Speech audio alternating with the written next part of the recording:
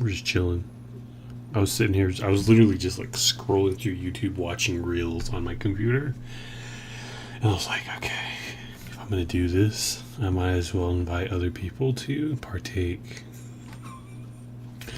But yeah, we're gonna stream a little bit. I don't know if we'll play a game. I don't know. I think we're just gonna chill, watch some YouTube videos. I am also sipping on some sparkling wine, strawberry flavored. The stream is sponsored by Juicy, semi-sweet sparkling strawberry wine. Just kidding, it's not sponsored by this. One day, maybe I'll get sponsored by someone. Maybe HeroClix, to be honest. Who knows? See, I think the thing with like getting sponsored, like you have to be committed to something.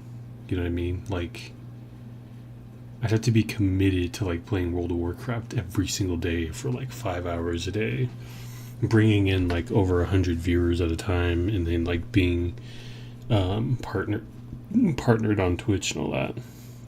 You know what I mean? So it's like, but with other, you know, with Lotro, there's people that play on the official Lotro stream, and they're not partnered with Twitch, but because Lotro is such a small, it's just a smaller MMO, and there's not very many streamers that stream it.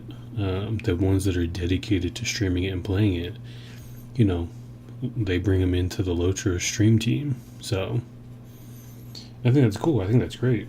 You know, more visibility. But oh, it'd be cool. Sponsored by HeroClix.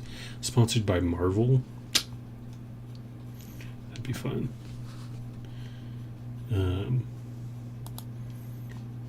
What was I doing? Oh yeah, let me post in the announcements that we're live.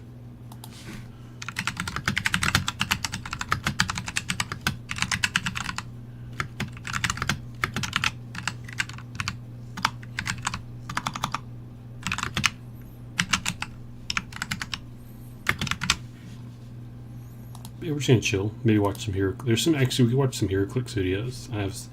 I found the official WizKids site, and they have a bunch of opening stuff. We might do that.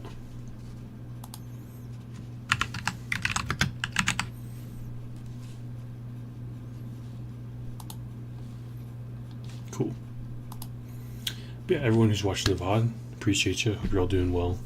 VODs are coming out normally now, not using copyrighted music. Who's this? Who's this? Is this Kev? Is this Kev coming in? What the hell? Is this Kev? What the heck? Kev's coming in. 4 streams in a row? Has it been 4 streams in a row? Or have you been watching the VODs? That's the only way you would know. Has it been 4 in a row? I haven't really been paying attention to how many. I know I started on Friday, Saturday, Thursday, Friday, Saturday. Now Sunday, technically, well, almost Sunday. How you doing, Kev? With a 9-kill victory, what an aggressive push! Okay, I'm watching an ad on my own channel. I don't want to. I was trying to just to get to my. We'll go to the video producer. There we go. Oh, I guess today. Yeah, today was earlier today. I only streamed for an hour. 1, 2, 3, 4. Yeah, 4 in a row. Yeah. September 9th. 7, 8, 9. Yeah, I guess so, yeah. We've been streaming since the September 12th. And we've been, multiple streams in one day, taking a break, coming back. So, I guess, yeah, 4 streams. But yeah, how you doing, man? Hope you're doing good. 9-kill victory. What an aggressive push. 9-kill victory. What are you killing? 9-kill victory. Wait. What are you playing again? You're playing something. You've been playing something. You've been playing Elder Scrolls. I don't know if you're playing Elder Scrolls anymore. What are you getting 9 kills in?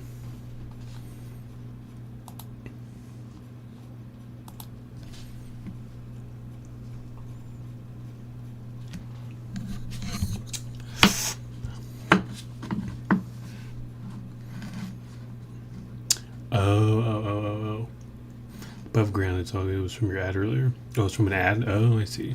Weird. Above ground.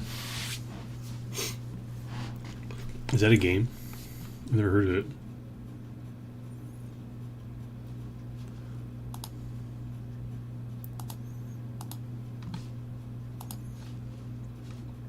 I've been watching. That's like a terrible. It's actually like an amazing. This is beast. I got caught Could up. be. Everybody vote for my hometown, Afghanistan. That is culturally insensitive. Vote for my home. Yo, what are That's the not what's the the exit specials there, today? homie. Eating at 7-Eleven, brother. Nothing. Today I'm closed, bitch. I'm playing Call of Duty. Fuck yeah, dude. Everybody vote for my hometown, Afghanistan. That is culturally insensitive. Alright, let's do another Will I Get Anything Good from this Pokemon 151 box. Alright, open her up. Take out just one pack. Now you know otherwise. Does it hurt? My auxiliary maintainer has suffered cardiopulmonary failure. I don't know what that means. It means my second heart has ceased functioning. It hurts a little. Yes. You have 2 hearts. And 3 lungs. But one of those has also collapsed. Now, I must ask. Do you have a name? My name is Sakan. Are you here to save us? What are your names, little ones? Lysander. Is this from the new game?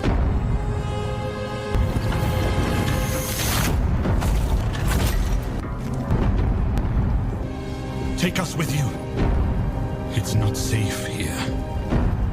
It is not safe anywhere. Then don't leave us alone, Angel. Now you know otherwise. It's time to play that game. I've been I love the. Oh shit! Where's my phone at?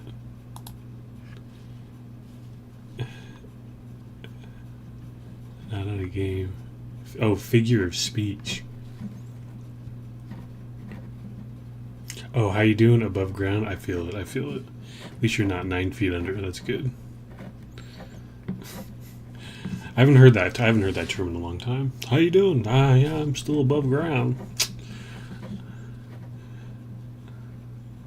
Suck on these, yeah. Oh man. Here, let me. I also been sipping on sparkling wine. I don't know if I mentioned that. So definitely a bit more loosey goosey. So.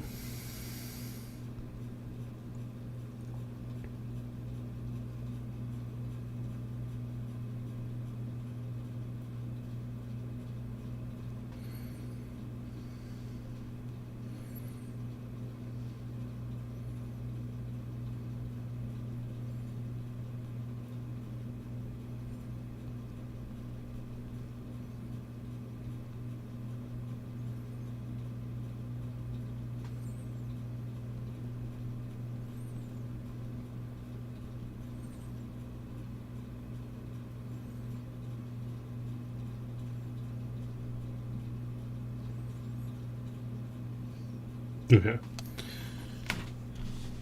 I keep trying to so sparkling H2O. No, it's a sparkling strawberry wine. It doesn't taste like wine though. It's like just I don't know what's in it. So it's basically semi-sweet, juicy, sparkling strawberry wine. Problem is I don't think it has wine in it. Let me look. Low alcohol grape wine, specialty with natural flavors. So it's like it's a mixed wine, and it's semi-sweet. Honestly, I'd get the sweet one because it's not. I don't know. It could be sweeter.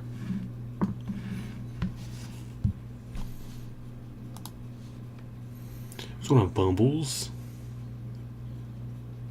Oh, nice, yeah. Basically, I just remember twitch.com / and then your account name, your Twitch name. That's how I always remember. It's actually probably the easiest URL that I've ever seen compared to like http://123 abc dot at sears.co.com /homepage / whatever. Like, it's just insane.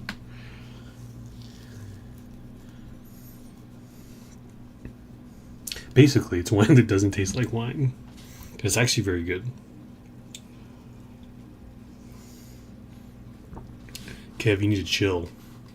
Stop posting links. Sears.co.com. You can't put dots in there because then it'll think it's a website. Can I do it? Sears.co.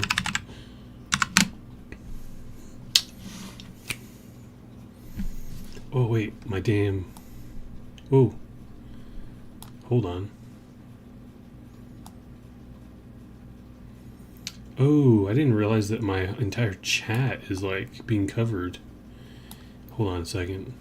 That's my bad.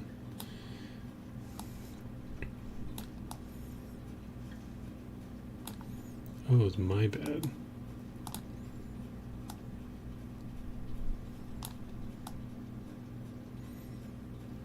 Okay, we'll do that. And then we'll do that. Nope, give me that. Do that. I don't know. So that's a perfect spot to put stuff down in that right corner, but I have no idea what to put. Yeah, I am. Yeah. We're all the source codes of our program. But everyone's doing good, chilling. I'm crying. Oh, man. What was I doing? I had to fix that. We're good. I got the chat up, so we're good. I'm just getting the chat on my phone. There we go. Now I can see all y'all. Also, go give Dr. Fumbles a follow. He's gonna start streaming some tarot and other stuff, I think. So, here's another update on my two-headed turtle. Last video, I showed you guys that the larger head was eaten. I started to get where. No, thank you. So I was watching. Let's see. Let's just go back to history. I was watching this one, day 2. They ended there just a step too late, but of course it was a DC Universe wide. So if you don't know what this is HeroClix. The fan visit was good. I definitely had some anxiety for them coming up just because of like certain situations with, not like bad situations, just like so it's crazy, but like being when I was down in Sacramento and I asked help from my uncle twice. After that, I was just like, I should never have asked. Like, it wasn't bad, but it was just a lot of judgment, and like they were able to help me and everything, which I knew that, but I would have rather not even gone to them.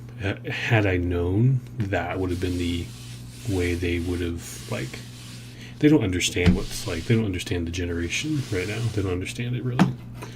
So like a lot of things that I was talking to them about, it didn't click with them at all. Most of their mind frame is just like, well, you just need to work harder, and that doesn't fix the problem. You know what I mean?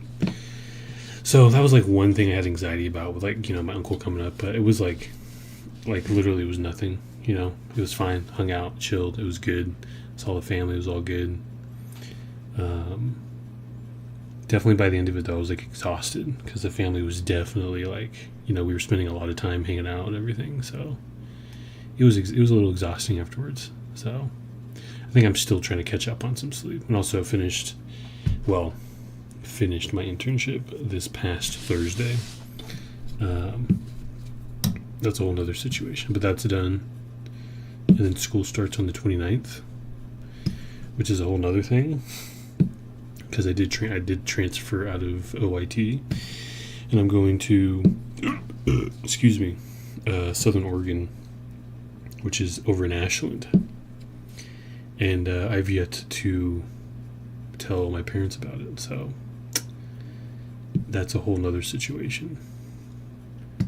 I'm like very much 50-50 on about telling them, just not even saying anything and just going and doing it and just pretending I'm still getting my environmentals bachelor. So because I already know how they're going to react. I already know, especially with my mom. I already know how she's going to react. My dad, like, he's usually pretty supportive, but I know he's going to have some, me driving an hour to another school, he's going to have a problem with, so, but we'll see. I don't know if I'm going to say anything. The help that was between me and my uncle was like, it was financial help, because I was in a very, very, very, very it was pretty much like the last month I was there, but I needed to pay rent. But I wasn't making enough off of doing the Uber Eats, and there was no jobs coming in quick enough to pay me in a month to be able to pay for the rent. It just wasn't going to work, so Uber Eats was like my emergency, but it was just barely paying for food. That's it. So, and that's like, at that point, like, I had realized, like, it's time to get out of here. That's what happened. So I left. And thank God I did, because if I stayed down there, pretty sure I'd be on the streets, because that would not work. But that's in the past, thankfully. Thankfully I can look back at that knowing, learn some lessons from it. But I think it's funny because, like, it's almost 2011 to 2015, 2016, we'll say, was when I was doing theater, and I was peak doing improv, like peak stuff, and now starting September 29th I'll be going back to theater. So full circle. So cheers to going back to what you love. But yeah, that's kind of the gist of what's been going on. I know that some of it already when I was streaming back then, but most of it right now is just like I'm just getting ready to get back into theater and go to school and finish, like, get all that done. Thankfully, like, going in, because I'm going to be getting my Bachelor's of Fine Arts in theater, specifically performance, with an emphasis in Commedia dell'arte, which is the art of comedy, which is like more specific to the classic comedian in different plays, like The Jester and stuff like that, right? And then also just improv in general. That's where my improv will kind of come in handy with a lot of that. So that's what I'm doing, and that's what's coming up. That's like, literally, this is the next chapter. So we're closing out this last chapter, and we're opening up a whole new one, a familiar one, but definitely new. So it'll be good. Doesn't, like, to be honest, like, with the parents and, like, the situation, like, how they're going to react, it really doesn't matter, because it's already set in stone. It's already happening. Like, nothing's going to change that. Like, I'm not changing my mind on that again like I did back then. That's the mistake I made. I walked away from theater and improv because other people convinced me to. And then, in a sense, that was the reason why I spent so much time from 2016 until now kind of just spending time in, like, environmental stuff, which was good, but wasn't really what I wanted. And I finally realized that after this year at OIT, I realized, like, this is not what I don't enjoy this anymore. It's not that I don't enjoy it, it's just not for me anymore. You know what I mean? It's always going to be a part of me. I'm always going to, like, I can go out and enjoy the nature and all that stuff, environmental stuff, but that should have ended a long time ago, to be honest. and I should have gotten back into theater and improv. I should have kept doing improv a lot more, but also the pandemic happened. That screwed up a lot of shit. That really did. So, but it all worked out. Like, I ended up over here, and I'm an hour away from a school that's right next to the Shakespeare Festival, so it all worked out, surprisingly. You gonna send me a Cheerio? Alright, send it. But with that out of the way, we're gonna so yeah, I was gonna explain. This is HeroClix. If you don't know what HeroClix is, this thing came out, I don't know what to call it. It's a tabletop RPG game that came out in 2002. And it's basically like 40k Warhammer, but smaller, less expensive, and like it's pulling from a lot of different universes like Marvel, DC. I don't know if they have Lord of the Rings, Dungeons and Dragons, like random shows, like a lot of different random stuff, and you can pick and choose which figurines you want. Like down here, and you can create a team and you fight against other people's teams, and you have like these giant maps that you can play on with, you know, a whole different, like it's a flat map, but like there's like high ground, low ground, there's debris, there's objects that you can throw, there's objects you can hide behind, there's a lot of stuff. Like it's a whole thing, you know. It's pretty neat. Like I've always known about this, but I always just kind of like put it on the back, like, oh, I don't, like, that's not something I'd be interested in. But like, to be honest, if I had actually looked into this back in 2002, I probably would have gotten into it. It'd probably been a little bit harder since I was, you know, I was younger, and it'd probably be a little bit still expensive, but I would have got into it. And so mission to get Bruce Wayne back, and so it I'll watch it. So in the last one, he opened up a booster brick. What is up, everybody out there in HeroClix land? This, once again, is Scott Porter back for day number 2 of our brand new HeroClix unboxing series for the brand new DC HeroClix set, Masters of Time. And I can tell you, after day 1, cool. This particular set 2002 is came out in 2002. One of my favorite sets of all time. It is touching on so many. So this set is from DC, Masters of Time. So if you know DC and like some of the people like in the time stuff, I don't know a lot of them, but Booster Gold, Vandal Savage, who's like a huge time dude. He's like been alive forever. I mean, you have everything from Flash technically has gone through time. You know, Rip Hunter and Booster Gold and the Time Stealers and everything backwards to present day, you know, Legion of Superheroes in the middle there. Maybe we'll get some of that. We got some Superboy yesterday. All the way back to the dawn of time with Anthro, the First Man. Anthro, the First Man. I don't know a lot of DC, so a lot of these guys are new to me. Fire with Anthro, right? He was the first hero, the first villain. Let's see if we can skip to him opening a box. Fell to Earth. Vandal Savage became immortal that way. He's opening it right here. The immortal, looks like Dead Man. Ooh, all right. I think that's Dead Man. All right, more Justice League Dark kind of stuff. Also, a little bit of shades far of away. 52. I'm telling you Dead guys, we've He's got cool. Dead Man here. Boston Brand himself, the stuntman, see Robin back there, trapeze artist murdered in the act of a... Okay, listen, guys. Don't know who Okay, that is. Dick Grayson's parents, flying acrobats, killed in the act of doing some circus stunt. Boston Brand assassinated in doing some circus stunt. Bro, you was like 7. Yeah, I was. Don't be a trapeze I was artist. 7. Don't walk on wires. Oh yeah, I don't think that's 7. I don't think I was comprehending. Like, I don't think I could have been able to comprehend this game as easily as I could now. These circus performers, you know, they were anti-Ringling Brothers. I'll tell you that much. All right, don't do it. Don't do it. All right, we got Boston Brand. We got. Oh, that is not Anthro. That is a generic prehistoric warrior. Ooh, Generic. all right, I'm into it. Oh, we have to preface as well, I did buy a set, like a big set. It was a pretty penny, and then I brought 2 single figures for me and my brother. I bought myself Nightcrawler because I like Nightcrawler, is my favorite.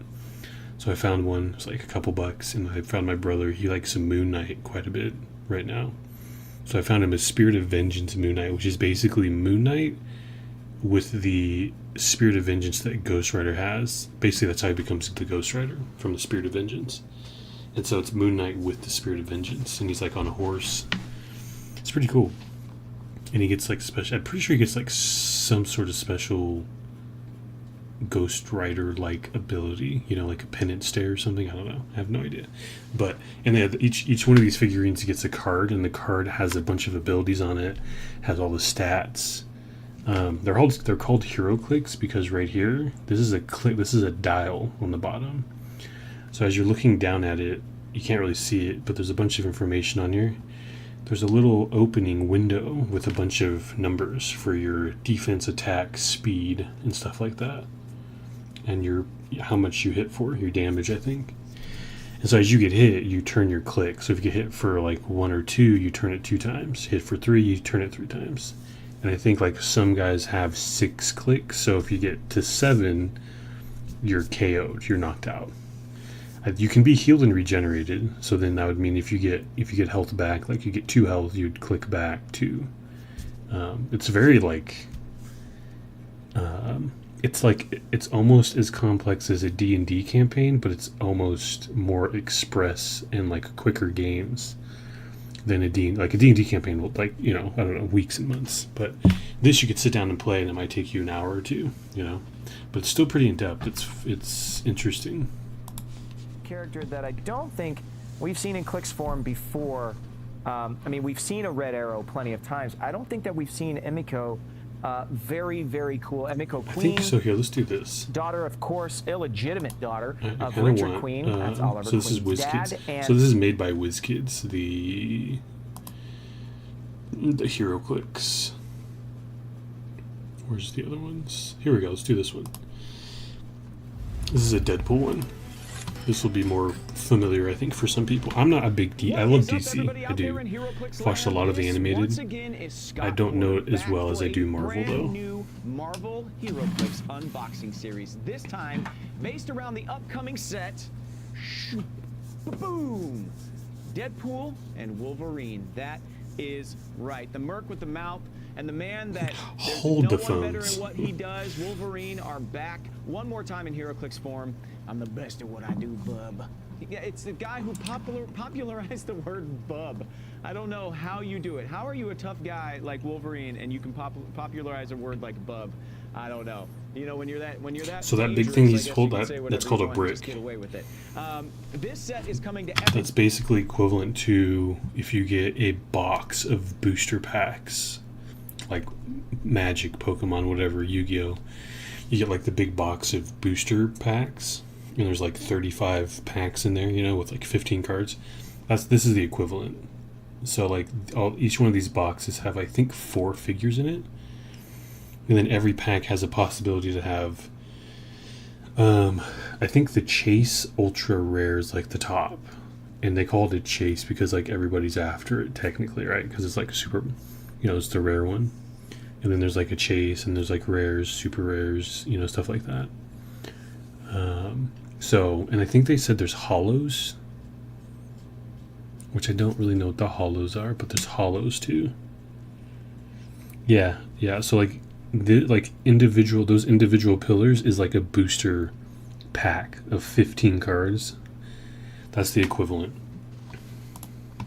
In June 12th is targeted for the pre-release dates. June 26th, the actual set is coming your way. Hopefully you guys can hear it. If you haven't noticed, it is the middle of April. I have it on mid. 2 months ahead of this set's If it's too low, release, let me know. and we are going to get an incredible sneak peek. If you've never seen one of my unboxing series, we have a couple of goals here, right?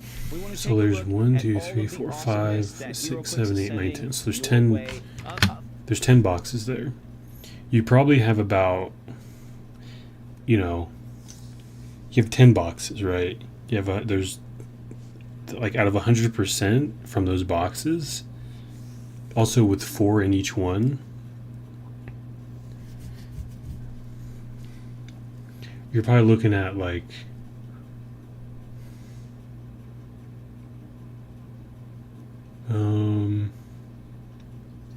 I mean, it's gonna be like, well, it's 4%. You have a 4% chance of getting a chase in that whole in that whole thing. You have a 4% chance out of 100.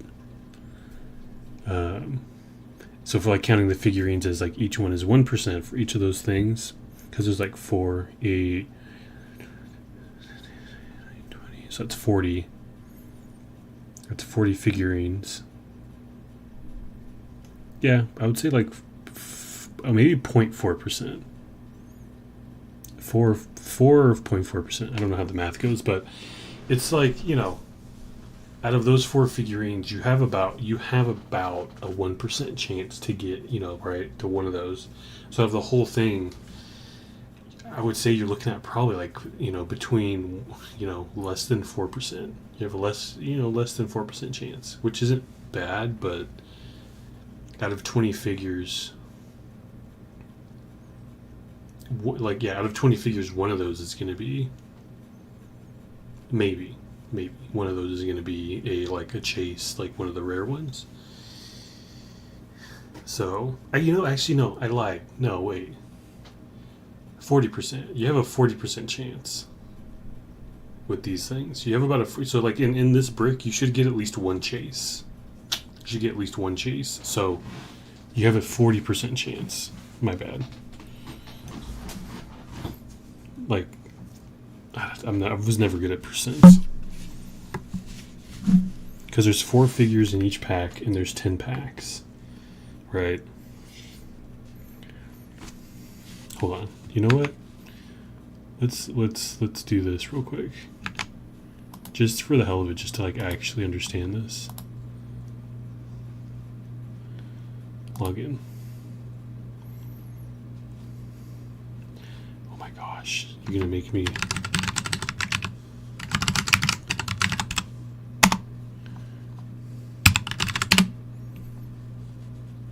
There we go. Let's see. So we have 10 boxes. So 10 boxes with four figures per box. What would be the percent of one being rare, like generically, I guess? So 10 boxes with 4 figures per box. What would be the percent of one being rare? So 10 boxes.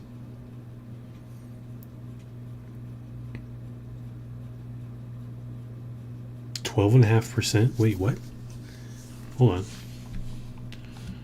Wait. Total number of figures. You have 10 boxes. Each box contains 4 figures. So the total number of figures is 10 times 4, which is 40. Yep. Number of rare figures. If you know how many rare figures there are, the percentage can be calculated using the formula. Number of rare figures. Oh. Let's say it's 1 rare figure.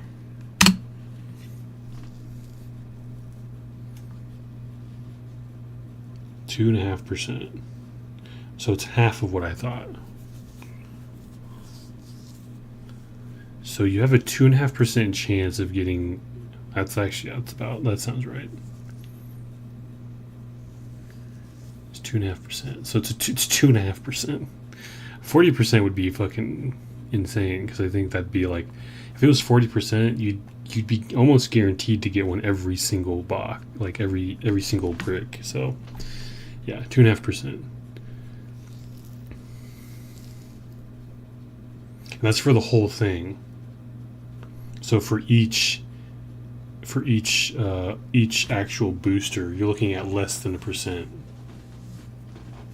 So yeah, it's pretty. Yeah, I guess that's why they call it rare.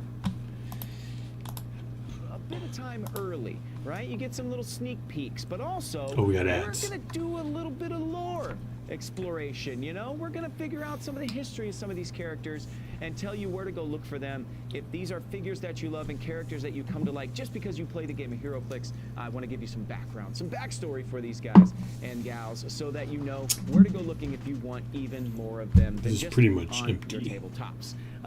Like I said, June 12th for the pre-release, June 26th for There the we go. full set. I was worried the stuff release. wasn't going to be It's like sparkling Christmas anymore morning, because it's been you open know, in the you fridge. get a So I was gift, like, you wanna shake it a little just gonna bit, you drink wanna it, look at the like- outside of it. So on the front here we have this amazing. so no, it was image 2.5%. of Deadpool reading, you know, So out of the 40, I'll show you. Out of the 40 figures, it's doing out of 40 figures. Out of 40 figures, you're looking at 2.5% out of the whole brick. This whole thing right here. So you divide 2.5% by 10, which would be 0.25%. Could be wrong. You're looking at 0.25% per booster box that's in there, getting a rare. So it's very low. You know, that's why, like, with the whole booster, you have a higher chance of getting one, but per each one, it's pretty low. Like, it's pretty low. Fireside Stories, the history of Wolverine. There's an invitation up on the shelf behind him. You know, the Yoshida clan there behind him, you know, wanting him to come out to Japan because of his wife. I'm just looking back here and seeing it, and it's all its glory on the big screen behind me here at Hyper RPG Studios, and I love it. I love this piece of Hyper art. RPG Studios. On the side of the box, we've got some characters. I'm also surprised this game has been going on for so long. It's still being played. Sheriff Deadpool, Mime Pool. Oh my gosh, what a ridiculous story the Mime Pool thing is. And then you got Wolverpool, and then underneath that, which really takes me back, you have X-Force, like old-fashioned X-Force, Shatterstar, Domino. You've got Sunspot, you've got Boom Boom, or Boomer, or Meltdown, or any number of names that Tabby decided that she wanted to go with as she was growing up. Former New Mutants who went under the leadership of Cable and became just mainstays during the 90s. I wish we got more New Mutants, because like that show, that movie we got was with Danny Moonstar and all of them was pretty good. You know, when you talk about Deadpool, I would have loved to see like more of it. For me, it's kind of like my golden age of comics was the late 80s into the mid 90s. You know, everything that I was reading was just the most incredible story I'd ever read before. Everything was tied together so intricately. Claremont and the rest of the X team did fantastic work, and that led into the Claremont is like one of the, like, I love Claremont. He does a lot of the writing and art. He did a lot for Nightcrawler when it was a newer series coming out a few years ago. Of course, before that, Louise Simonson at the end of her run with Which one? I mean, there's so many great talents Which one? writers there. Which one are you talking about? Let's see. Oh, whoa. Okay, this is cool. All right, we've got some variations on a theme. Wolverine up here. It looks like we've got, you know, Patch there on the bottom. It looks like we've got a little Weapon X situation. We've got Wolverine in the cowboy hat and the man, I hope I pull this guy, and all the bandages around his hands. There's a very specific storyline where that Wolverine comes into play, and I hope I pull him, and if I don't, I'll talk about him anyway on the outside of the box. And then underneath that, you've got the X-Men, after coming back, after being separated for so long in the 80s, coming into the 90s, the Outback generation of X-Men, X-Factor being reformed. There's so much really, really cool stuff that happened in the 80s, but the X-Men weren't really around, so this is kind of like the triumphant return for the X-Men. But in the middle there is a guy, he kind of looks like Strife, sort of. He's got this like purple robes, this golden helmet with all these sharp spikes all over it. That, my friends, is actually Professor X. And he had been off planet for a very long time leading up into that storyline. He had been with the Shi'ar Empire. They thought he was dead. His love and his partner, Lilandra, the Empress of the Shi'ar. And nobody knew that was Professor X. He was there by Lilandra's side, so it was a very, very cool storyline. I haven't read that. All of these pieces that I'm seeing on the outside of the box, my nostalgia bills are just going. When you said which one, I was like, I think I had already passed whatever I was talking about. And what it could be. I On have the back not. of the box, we usually have what we think are going to be chase figures. Chase but figures. Instead of like a selection of chase figures, we just have a very Predator style. Predator, the whole arm. handshake That's happening great. I like that. Between Deadpool and Wolverine, and you can see Deadpool's scarred up skin there. And you can see Wolverine's arm in there. That's actually kind of like that's going with the movie that just came out. Arnold Schwarzenegger, and they just hold it for 3 minutes, just staring at each other intently. Man, yeah, rip. Rest in peace, sir. But what a great, so I guess Rip we're who? getting Who died? maybe team up chases. I don't know. Oh, Carl Weathers. What we come up with.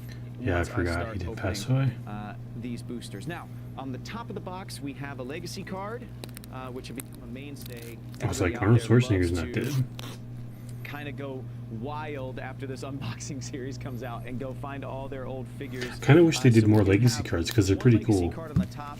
I do have all of the information on what old figures are going to be legacy carded, and I will share that with you this week. Now, this series is going to be a little bit different.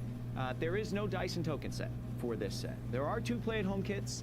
There is a release date OP kit as well that are going to involve Wolverine and Deadpool and Multiple Man, which I'm stoked about. If you've ever watched these, you know Jamie. Yeah, I didn't know that was. I knew the character. I didn't realize that was Professor X's sister. I didn't know that. Exiles, he was a part of, but they were separated. They were separated before. Exiles I think they were even like technically born almost, or like right when she was born. So very, very excited that those are still going to be a part. But no Dyson Tokens packs.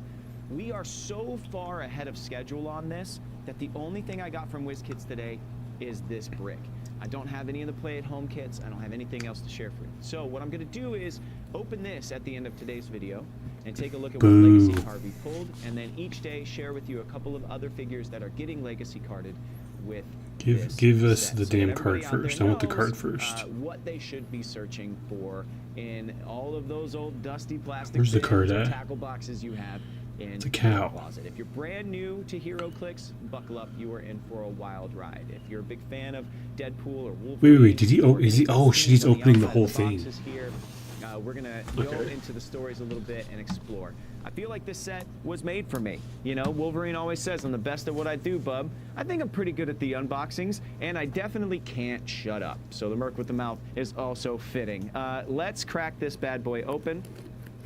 If this is your first time here, I always open, so if, you know, the front of the box is facing you, I always open up the 2 boosters on the right-hand side. It's what I always do in a store. I usually can pull something nice out of it. So if I'm going into a sealed tournament, you better wait. You better know that I'm waiting for them to break a new brick open so I can go try and get my favorite 2 boxes. So I can get something, you know, super rare, something a little rare in there. So here we go. Without further ado, let's start cracking this set open. Oh man, I'm so excited. And also, so I have a brick like that coming from the X of Swords series. A lot of these are based off of comic series and teams and stuff like that. The one that I got is based off of the X of Swords, which is basically a lot of X-Men mixed with like a weird sword play thing going on. I don't know what it is. I've not really read X of Swords. I don't know much about it. But the brick we're getting is X of Swords with a lot of X-Men. Surprisingly, no Nightcrawler, and he has a sword, which is very interesting. I don't know why he's not in it. Could be wrong, but he wasn't on the checklist, so I'm like, it's kind of weird. But we will be opening that on stream when I do get it. I should be getting it.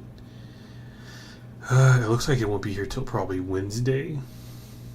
Hasn't even shipped out yet. The only thing that shipped out was my Nightcrawler figurine, so I know that's coming.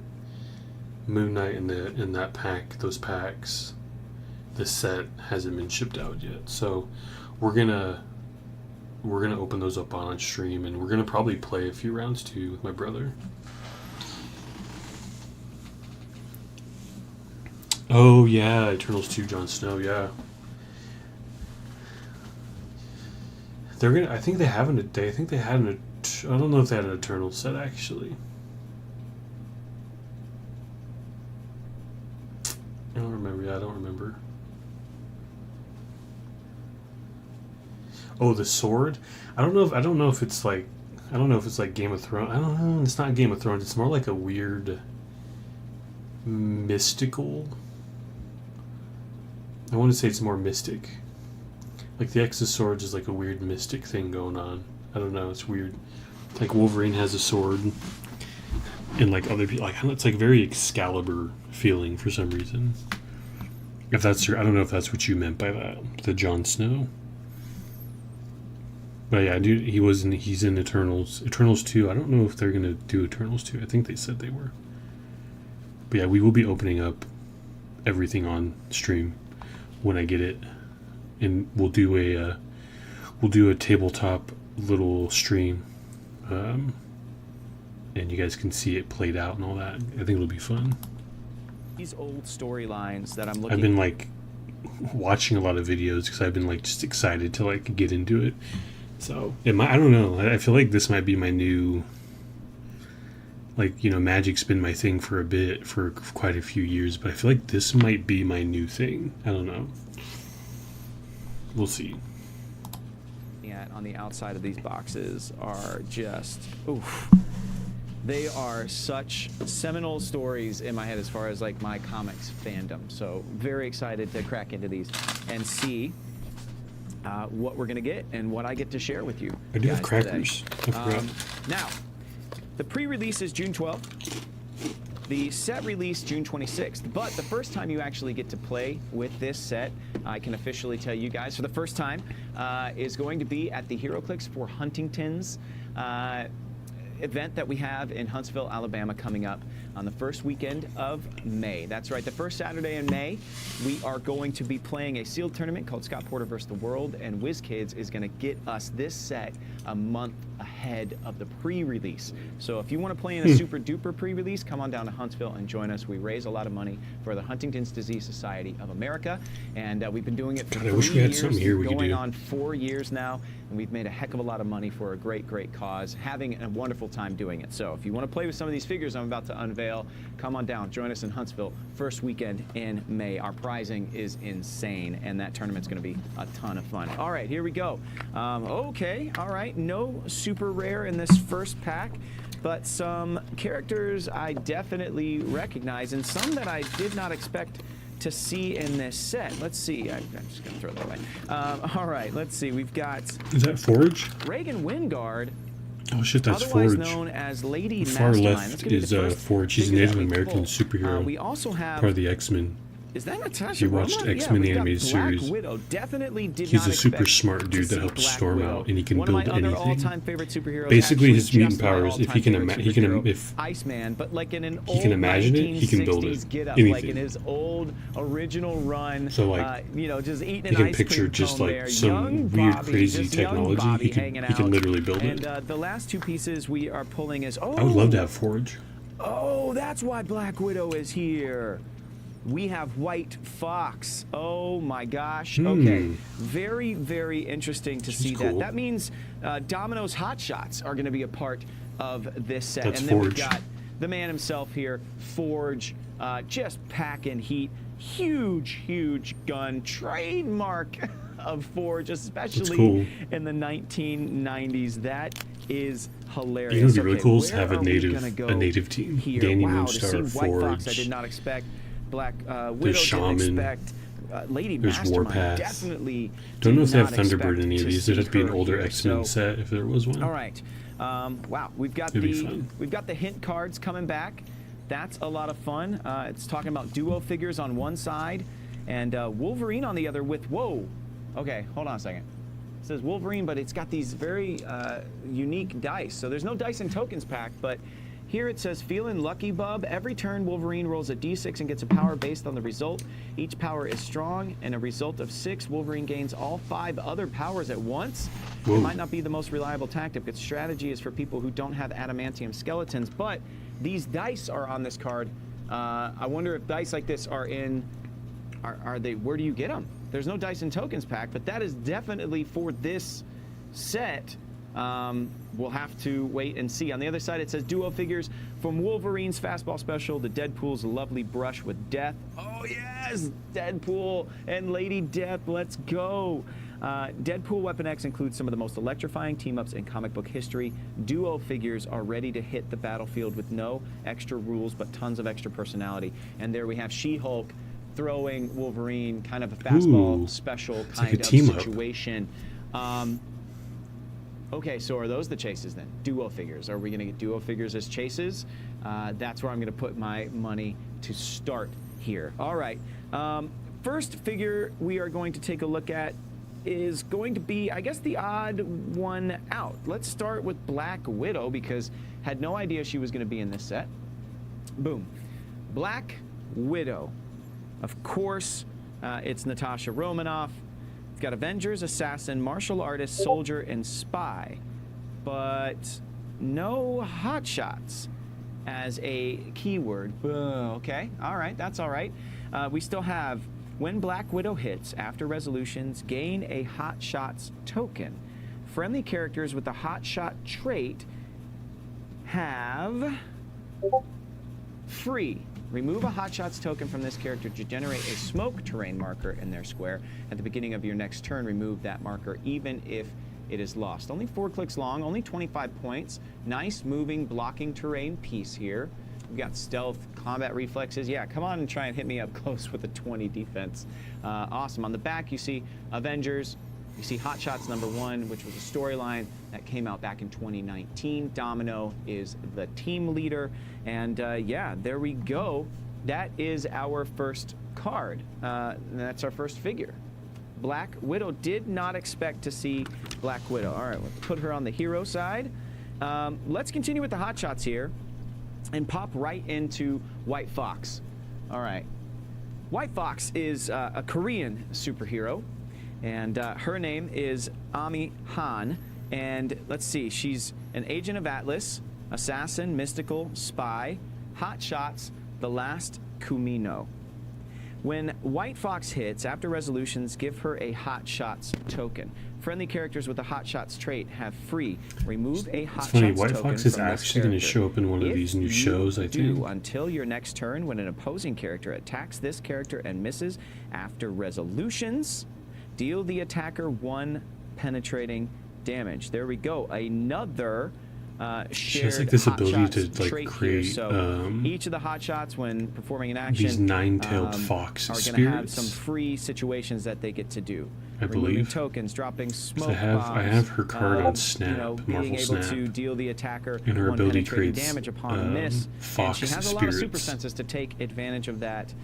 Very cool. She also has some shape change there on her.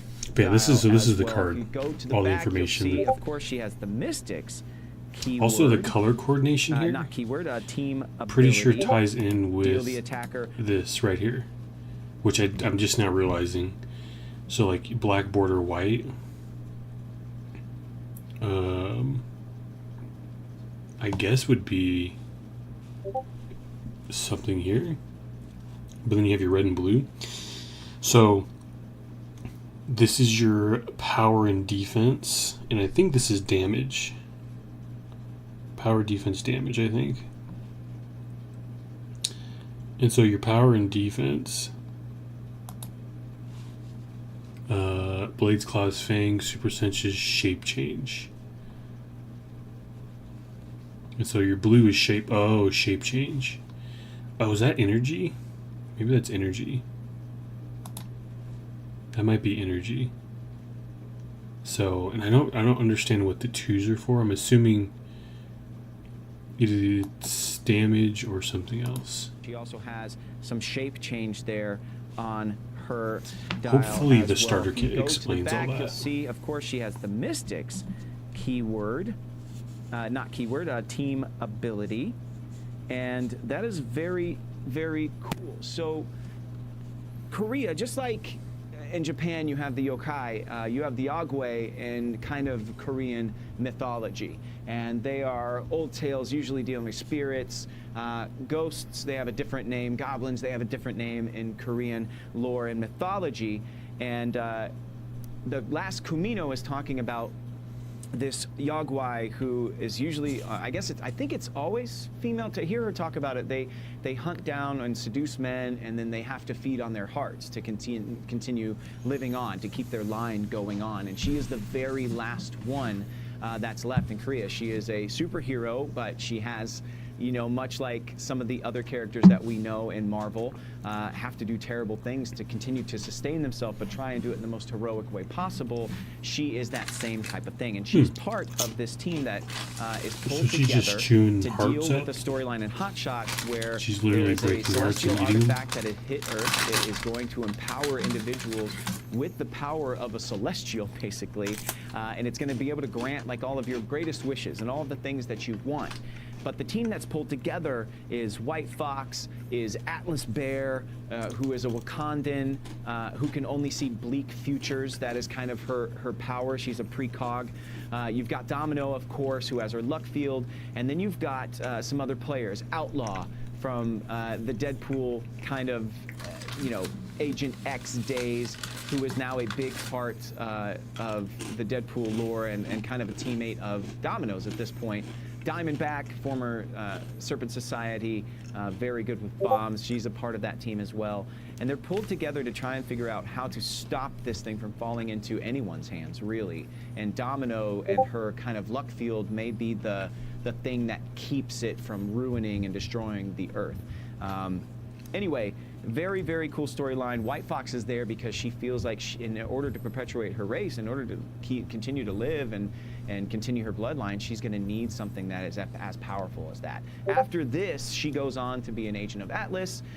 She has a lot of really, really cool stories. Very cool character and super unique, actually, in her own right. I love the fact that Korean mythology is a part of these now through her and other characters that are part of Agents of Atlas too. So definitely really go and check her out. Find her in some of those books, and we move on. Okay.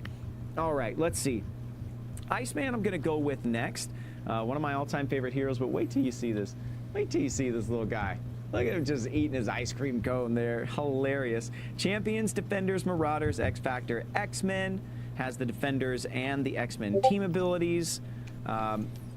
Vanilla, the finest of the flavors, is a trait, unique modifier. Other friendly characters that can't use special powers modify their attack by +1. So, just like him, and you can see his dial there, he's got running shot, incapacitate, and shield deflection, enhancement, support. I love support on this particular Iceman here. But yeah, very, very cool to see Bobby Drake. But this just looks like a much younger version of him. This is definitely not your Omega level mutant version of Bobby Drake. Is he an Omega?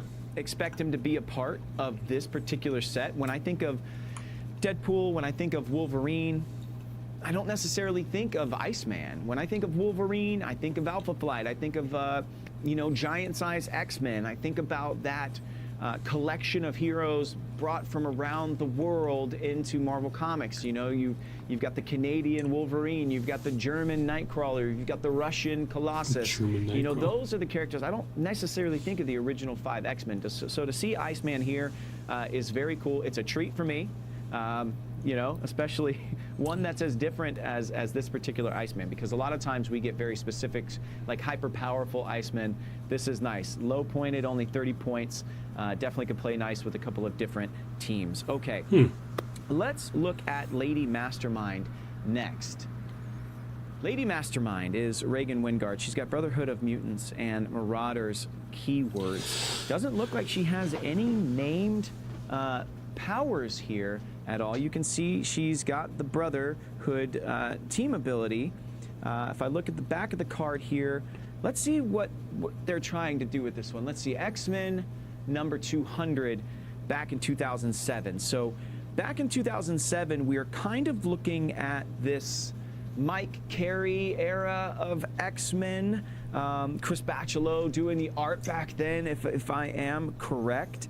The team I think she was on, I think this was kind of post M-Day, which if anybody knows, like, I mean, Scarlet Witch said the famous phrase, "No more mutants," and I'm going to put her on this side, even though she was a member of the X-Men at this time. I think, even though it says Brotherhood, back in 2007, that issue that it's talking about, I think that was a Mystique team. I think it was like Mystique, Iceman, Omega Sentinel, I can't remember the other team members, but a very specific team at that time that Carrie was riding, if I'm correct, that this is the right time frame. And the reason she has Marauders on there is because there's only 198 mutants left on Earth after M-Day, after no more mutants, was a phrase that was uttered by Wanda Maximoff in a very fractured place in her life.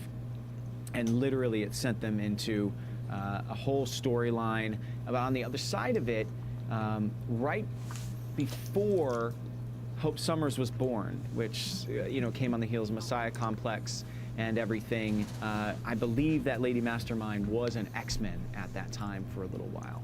And Mystique ended up restarting Freedom Force under the name the Marauders. Long story short, they went hunting for the baby that was born, the first mutant life. I remember Hope that Summers, was like born what she after does. M-Day, I remember and that the was name. Hope Summers, and she was a part of that Marauders team as well. So I'm going to put her on the leftover here. Still very cool. Wolverine was tasked at that point by Cyclops to go hunt down and kill all of these Marauders before they could find Hope Summers. So maybe that's why she's a part of this set. Definite ties to Wolverine in that way.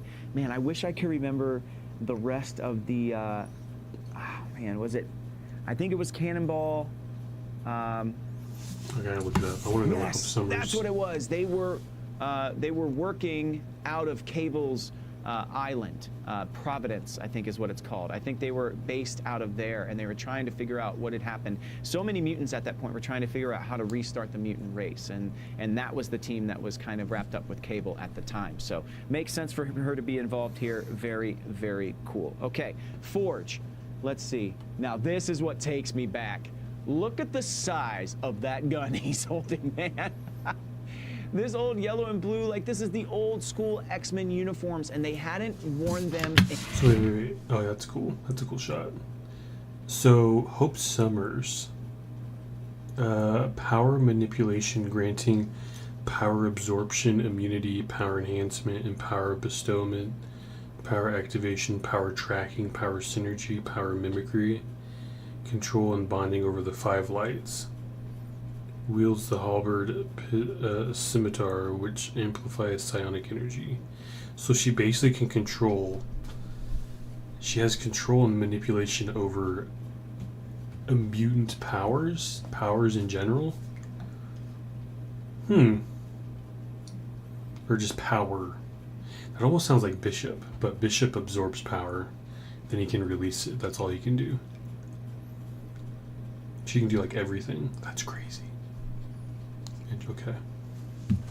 In years leading up to putting them back on right before the Jim Lee era of X-Men and Uncanny X-Men, and Peter David took over X Factor.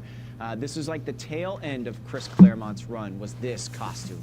But man, oh man, the guns that these guys pack are hilarious. Let's see, we've got X Factor, X-Force, X-Men, Mystical, and Scientist, and Soldier keywords. Native set should number be 35, a name on there too. That'd Supercharged be cool. Science is a special damage power that he has, Perplex and Support. When an adjacent multi-base character or adjacent character with the robot or vehicle keyword is given a move or power action after resolutions, you may place Forge adjacent to that character. So robot or vehicle. Don't know how many figures we're going to see in the Adjacent set just means with that next to. keyword. Still a little sidestep, little incapacitate, a little willpower there. Little force blast on the tail end. Turn it over. You've got X-Men and you have Shield. Very interesting team abilities to have here. Forge is a super, super interesting character to me. A lot of people don't know the history of Forge, right? Forge is, I believe he's Cheyenne, tribe of America, an indigenous tribe. And he was raised in the arts of being a medicine man. He knows, spell work and all of this mystical stuff that his old tribe was able to access. He was raised in that world of mysticism, not of machinery. And then he served his nation in Vietnam. And his entire company got wiped out. And in anger, he raised them all again, all of the spirits, which opened this portal. These demons started to flood into the battlefield that he was on, fighting against these troops and to avenge the deaths of all of his company members. And at the end of that, he tried to actually bomb the whole site. He called in an airstrike on himself, hoping to die, but also close this portal to this other dimensional world. It didn't quite close it in. So a little before he says anything, the portal that he opened, I'm pretty sure, opened up to another dimension where there's another. He's a Native American villain named Adversary, and he's able to take on the form of like spirits and like basically, in a sense, haunt the physical world. And he showed up in the X-Men animated series, the newest one on Disney Plus. Highly recommend watching it. He showed up as like a spirit and everything. But the portal he's talking about, I'm pretty sure, I don't know if he'll mention it. I have no idea if it happens in this scenario, but I think Adversary comes through because Adversary is also a big villain for a lot of like Danny Moonstar, Warpath. Adversary is like a huge villain for a lot of them, and the Shaman, who's also a Canadian. He's part of Alpha Flight, which is a Canadian team. Time, something called the Adversary came through. In the 80s, the Adversary was a huge enemy of the X-Men. And the Adversary came through, the bombing strike took his arm, took his leg. That's why when you first met Forge, he had a cane, he had this robot arm, this cybernetic arm. And what really happened from then on is that he really leaned into his mutant power, where he has the ability to control and to build and to interface with all of this different technologies. Not quite, I wouldn't say techno-kinetic, but kind of in that. To explain it better, he can build like I said, he can build anything he thinks of, anything he can think about. If he can like visualize it and like understand it and think about it, he can basically build it, whatever it is. Basically, his mind is the limit, which is actually kind of crazy because he can build advanced technology with ease and stuff that has never existed. If he can like because he's really smart. So like if he understands quantum mechanics, right? It's like, oh, I want to build a quantum bridge, right? And he understands what a quantum bridge is and what it takes to build that theoretically, right? Everything's going to be theoretically. If he understands that, he can literally build it. So it's like it's pretty. He's a very, very like in concept, his character is insane. Because if you think about like a lot of the situations that like a lot of like with the Fantastic Four going against Galactus, right? They needed the ultimate nullifier in order to stop Galactus, but then that also got rid of an important force of nature, which Galactus is from the entire universe. So that was a whole situation they had to fix. But if they had Forge, right, who in all like technological and genius like areas, I would say is smarter than Reed Richards. Maybe not on like a mental capacity, but he can literally outbuild Reed Richards. He could have built the ultimate nullifier without even knowing what it was, but understood what it did. So like having Forge in general, he's like an amazing team member to have like in situations just to build whatever you want, right? Like with the Infinity Gauntlet, right? If you had Forge, he could have built a gauntlet that could hold the stones and not actually fry the entire arm of Hulk, right? Because like in the movie, Hulk's arm gets fried from using it. If they had Forge could he could have built a gauntlet better than the one that was formed wherever it was formed, built it better, more efficient, and it could hold the stones, and you can use the stones, and your arm doesn't get all messed up, right? Because he has some sort of like, heat sinks and capacitors on it to make it so it's like, oh, all the power that's, going through it, like it's all balanced, you know what I mean? So like Forge is an amazing character. He's a really cool concept for a character. He's amazing, like just being able to think about what you want to build and being able to build it. That's pretty, you know, that's up there with a lot of other, you know, I would consider him up there with an Omega level mutant, I would say. Not yet, but he's in the Disney Plus animated series, the X-Men animated series. That's a perfect, if you want to understand his like ability and see him a little bit, highly recommend watching the X-Men animated series. A lot of people will tell you, "Oh, don't watch it; it's too woke." I don't even like. For me, like woke is such an overused term now, and I kind of like I'm starting to hate it now. But like, go watch X-Men the animated series. First of all, the X-Men have always been technically woke. They're from the 70s and the civil rights era. They were created during the civil rights for civil rights. Mutants are an embodiment of like minorities, immigrants, everybody that was, you know, not white, basically. You know what I mean? Like, that's what it was. Mutants were the ones that they used as that type of,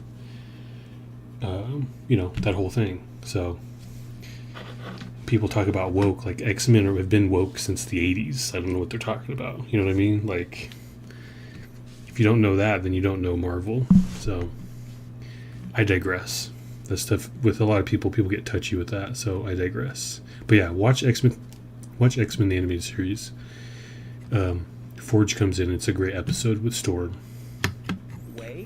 Also to mention, he builds something that is like out of it, like it's absolutely insane what he builds to help Storm. So it kind of shows his like how powerful he is. Really difficult, but he's an inventor, and he's one of my favorite support X-Men of all time. He's not support. But in his quest to try and defeat a couple of enemies of the X-Men back in the day, his technology How's it going, Sugar? Hope you're doing good. Power Welcome in. dampeners for mutants, and Henry Gyrick, who hates mutants, took his technology and utilized it sometimes against the X-Men. He's the reason that Storm became powerless. And trying... Literally what he just mentioned happens in the animated series. Storm becomes powerless, and then you can see why and how it gets fixed. To fight, there was these enemies, they were called the Wraiths or something like that in the 80s. While battling these things, he was using this technology to try and get them off of Earth and back to their own planet. But they were completely and totally indistinguishable. You couldn't find them. They had no traces, biometric traces that they would leave behind. They were impossible to track until he created this particular piece of technology that could track them, that also worked as a power dampener for mutants. Ended up, destroying that race. He fought with Rom, the Space Knight. So cool, like his history. But when trying to finally get rid of the adversary, him and Storm ended up going through a portal, living on a planet with no other human life. That's where they fell in love. Him and Storm had a very huge love affair. It was a very big storyline back in the 80s. But the end of that whole adversary storyline is he had to actually sacrifice 9 lives to get rid of the adversary, to get it back to its demonic plane. And all of the X-Men and Madeline Pryor decided to step up and sacrifice their lives to save Earth. Oh, wow. And that's when the goddess Roma stepped in. She gave the X-Men the Siege Perilous. There's like so many cool storylines back in the 80s, but she actually saved the lives of the X-Men, and Forge did all of that. So by the time he donned this uniform and officially became an X-Man, he had definitely earned it back in the day. Forge is awesome. I feel like nowadays enough people don't know his history. Yeah, okay, he's really moving cool. on. He's funny because like Forge is like, if you watch a lot of the old X-Men series, like the old 90s X-Men series, he pops up, but he's always in like his little laboratory working on something. You never really get to see his true potential. In the new animated series, you actually kind of see some of his potential, and it's pretty cool. I enjoyed it. Much Merc with the mouth, the unboxer with the mouth. Yeah, so much. Have it. That's Forge for you. Very, very. I do like that he talks about all the lore behind each character. Right now. Okay, the next. Okay, very cool. We have. So it looks like there's a Thor, and then it looks like another. It looks like Forge again, or it's Danny Moonstar. Something definitely different than I was expecting. We have a die in this pack, but this die also is not a normal die. It seems like it has a 1, 2, 5, and then Domino's face, I think, because Domino is the super rare that we pulled in this pack. Yes, boom, super rare today, folks. Boom, Domino right there. I love those dice. One of her newer costumes. We have Jubilee. Who doesn't love Jubilee? Wearing again one of those classic 80s costumes. Oh yes! Beautiful. We've got Morph, everybody. Oh my god. Oh, yes. Okay, that's why it was confusing. I was like, it looked like Thor. So, Morph is a very interesting character. He's kind of new. Like, I don't know when he came into the whole Marvel Marvel comic book universe. I don't remember him like in like older stuff, but he may have been. They might have just updated his whole thing. But basically, Morph can she's like a changeling. Basically, he can take the form of like any superhero, and I think he can use their abilities. I don't remember. I think he can use their abilities. Or he just takes the form of them and he can just kind of be them as like more of like a, you know, like a stealth type thing, right? Like if he needs to sneak into somewhere and he can be like, you know, Captain America or something. But he's kind of like Mystique, but like a different level. I want to say I think it's only heroes he can change into. Or at least people that he's met, maybe? I don't know. I don't remember. He's an interesting character, though. So cool. He'll tell us more. From one of my favorite comics of all time, The Exiles. If you haven't read the original Exiles by Judd Winnick and Tony Bedard, and Mike McCone as the artist in the beginning of that. Looks like a Star Trek lady. What an incredible series. The old one, the one that started in the aughts, in the early 2000s. And then we have Lady Mastermind, who we just spent some time on. So let's get into this and figure out what this die actually means. The fact that it's coming in a booster is kind of cool to me. So maybe we don't get Dyson Tokens pack. Maybe the Dyson Tokens are going to be now in boosters, and you get them as a part of the purchase experience for boosters and bricks. I don't know. Well, it looks like it goes along with Domino. So opening the cards, we've got a couple more hint cards. So earlier, if you guys remember, he showed the Wolverine card, and it showed that there's dice. There was dice on the card for that specific Wolverine. So I'm pretty sure if you got the Wolverine in your booster pack, you would get the corresponding dice that go with it, just like Domino. Because I think on Domino's card, if I'm not mistaken, I bet on Domino's card, it will show the dice that he just got. So that tells me that, you know, the dice will go with the character it's supposed to be with. So that's kind of cool, though. I like that.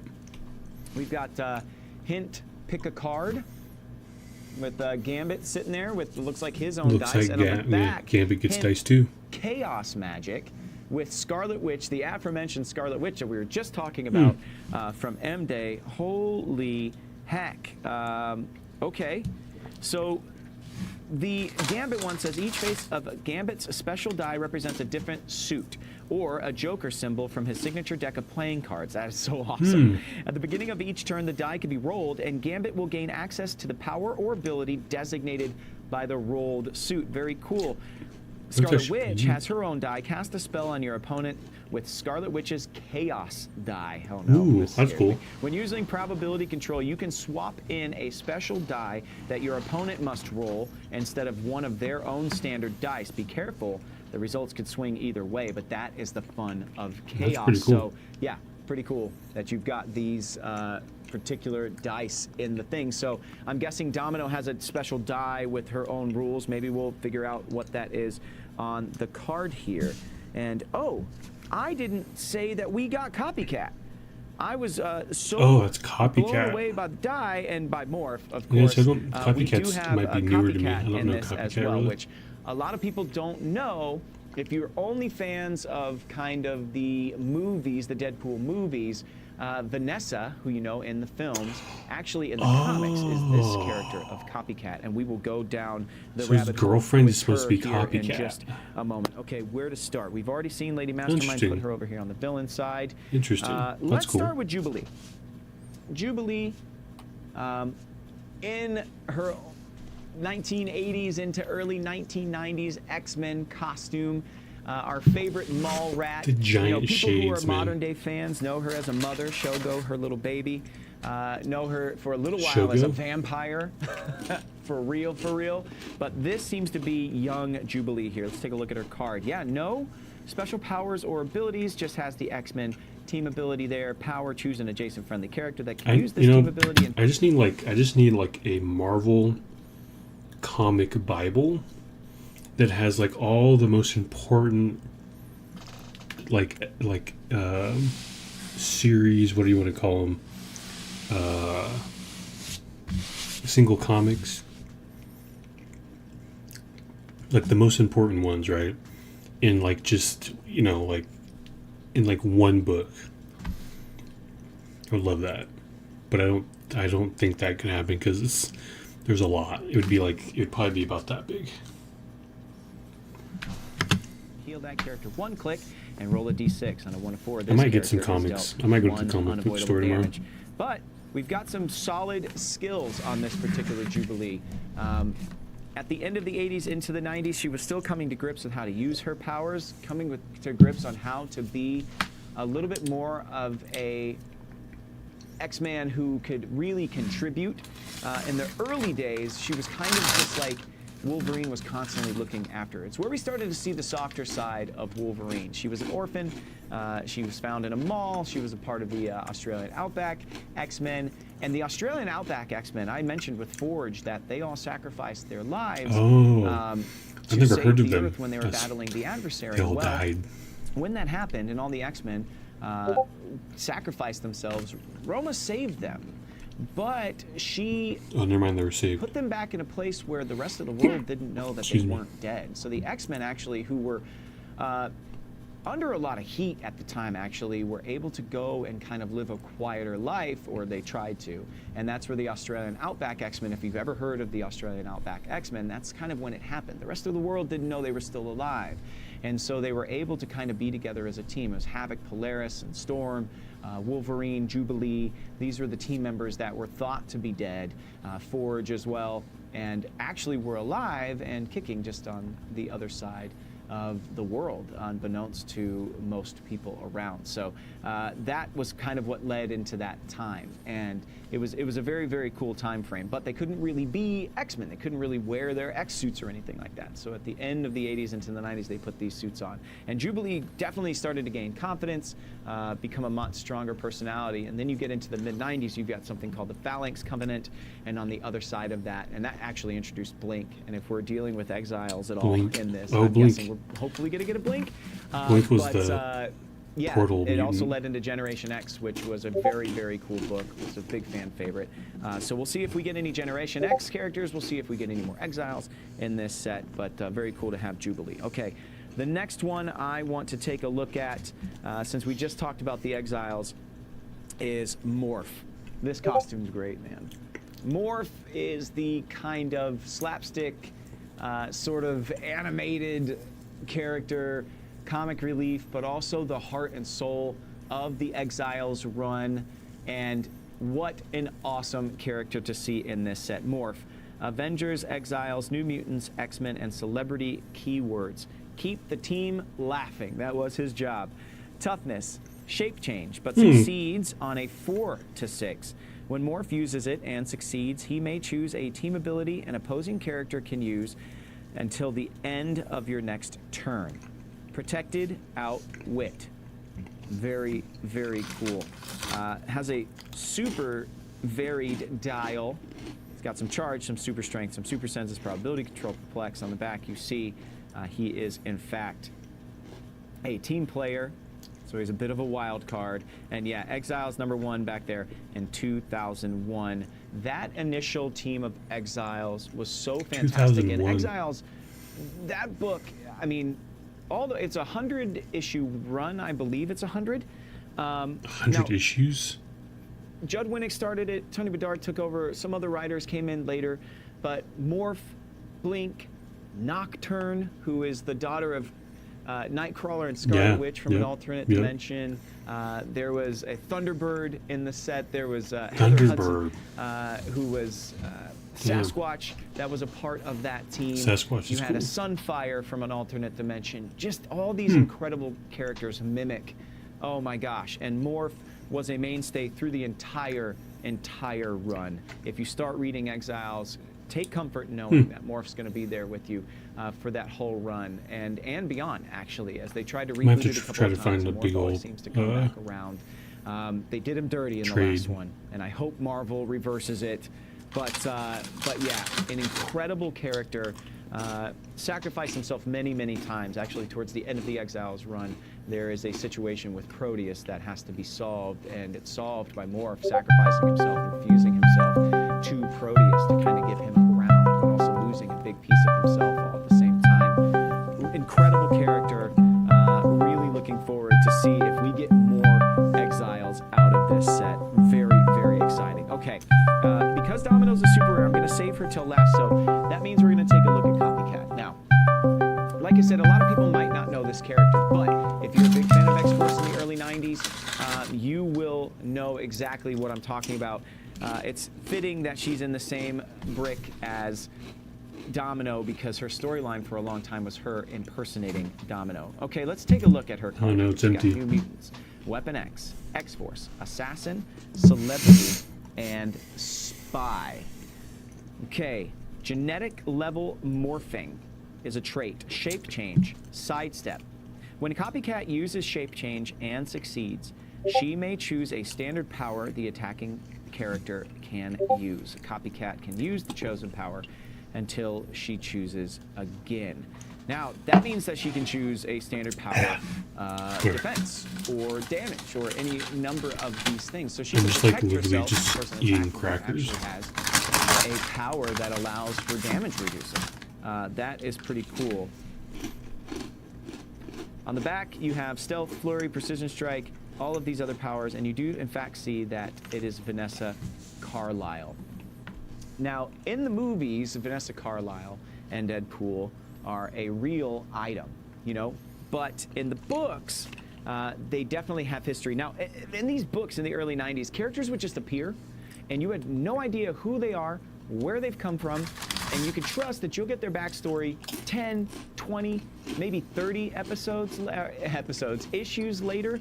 Like Forge. Forge showed up, and nobody quite knew like who he was. You didn't get his backstory for a very long time. And as a matter of fact, in canon, if we go back, hold on, let me see. Hold on, I want to check this real quick. Yeah, on the back of his card it says real name unknown. How long has Forge been around? And in Marvel canon, it says real name is unknown. Now, there's a lot of, you know, information out I didn't there realize that his name was is unknown. Daniel Lone Eagle. Yeah. Chris Claremont, that was in all of his notes when he hatched the character of Forge. But he never actually called him that in print.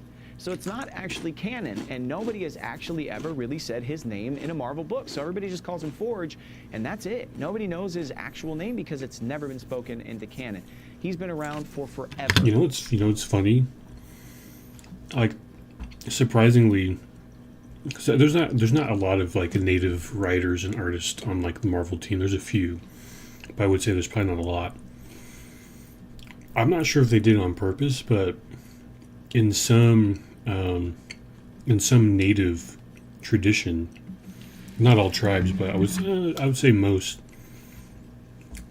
when someone passes away, you're not supposed to speak their name anymore because they're no longer in the physical world.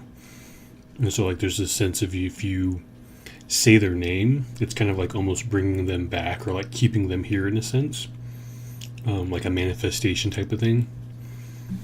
And so I'm wondering if, because like in the situation where he like, you know, he had to risk like all the people that risked their lives to save that whole situation, like getting adversary back into the demonic plane.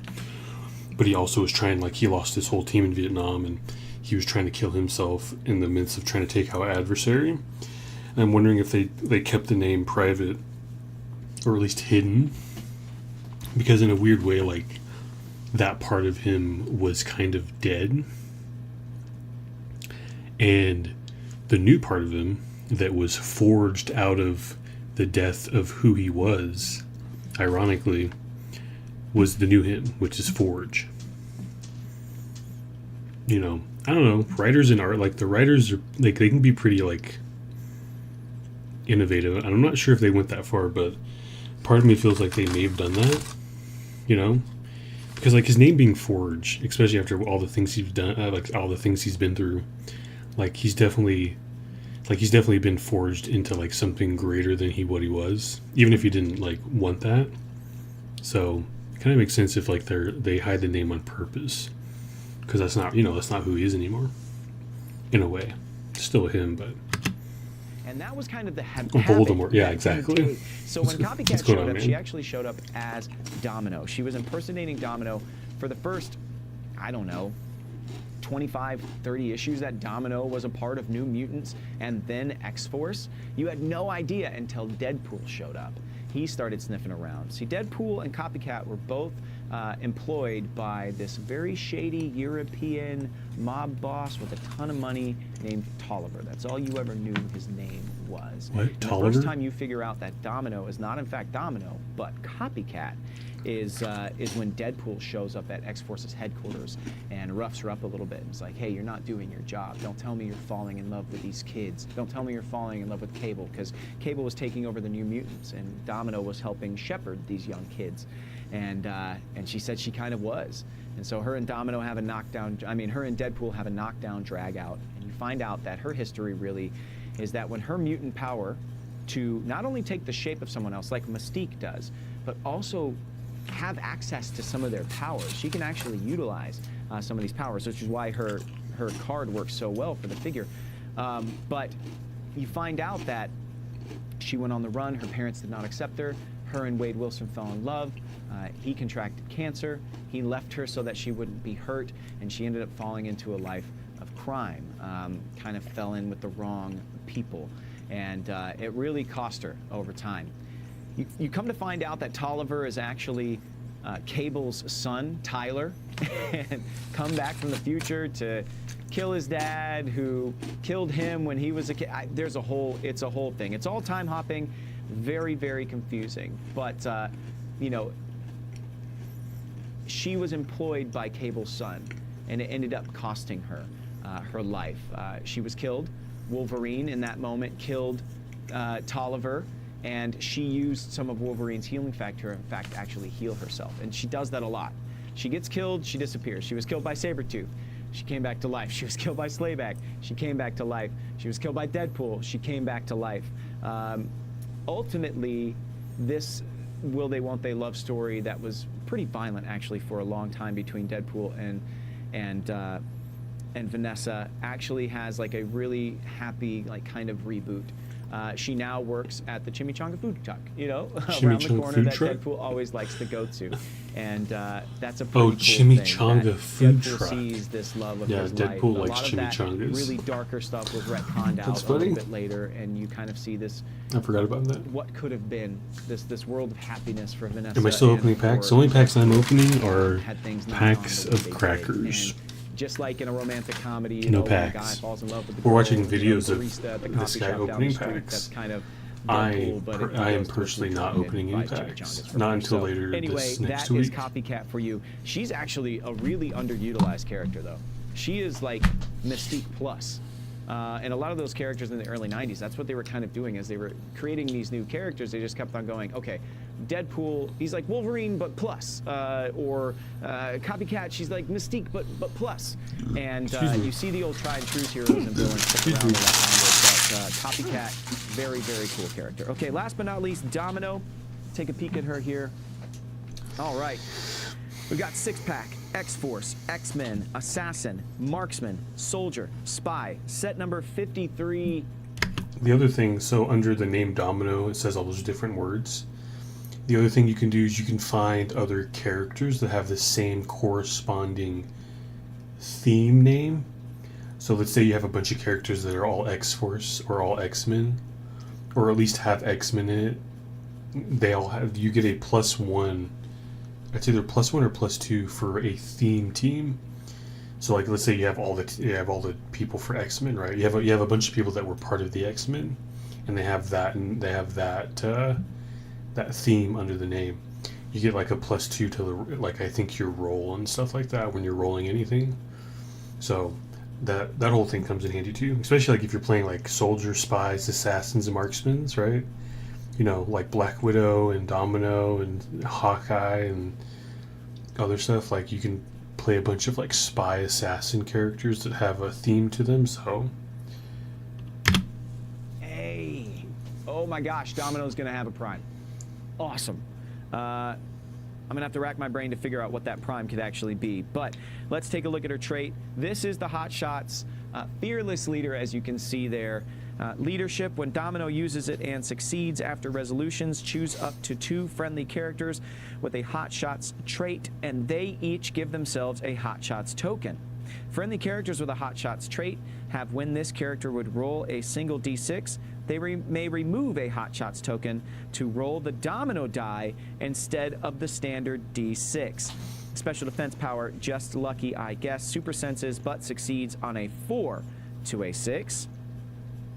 On the back, special damage power, stacking the deck, probability control. When Domino makes a ranged attack, one of the d6s rolled may be her Domino die instead of a standard d6. And then at the bottom there, you see... Oh, okay, I get it now. The Domino die, so if you see on the bottom right there, it has 1, 2, and 5. And then the rest is the face.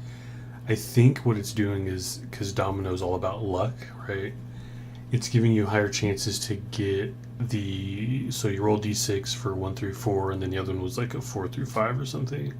It's giving you a higher chance to actually get the 5, technically, because it takes away 3 of them. Because I don't think the Domino face counts as anything. I think they just replaced it with that because of the luck aspect of Domino. So like you're a little bit more lucky, basically. It's basically a loaded die, but you're lucky. That's what they're doing. They're basically loading the die to make it easier to roll, which is actually kind of cool. The Domino die has 1, 2, 5, so no 3 or 4 at all, and then 3 Domino faces, which I'm going to guess mean 6s. Wow, that is crazy. Oh, Her maybe. Probability Yeah, maybe control they has a 50% chance to roll a 6 instead of a standard die.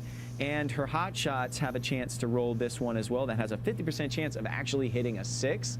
That is awesome. I just want to... Friendly characters with a Hot Shots trait on the front, when this character would roll a single d6. So, what, Blades? You got a 50% chance to hit Blades? Whoo!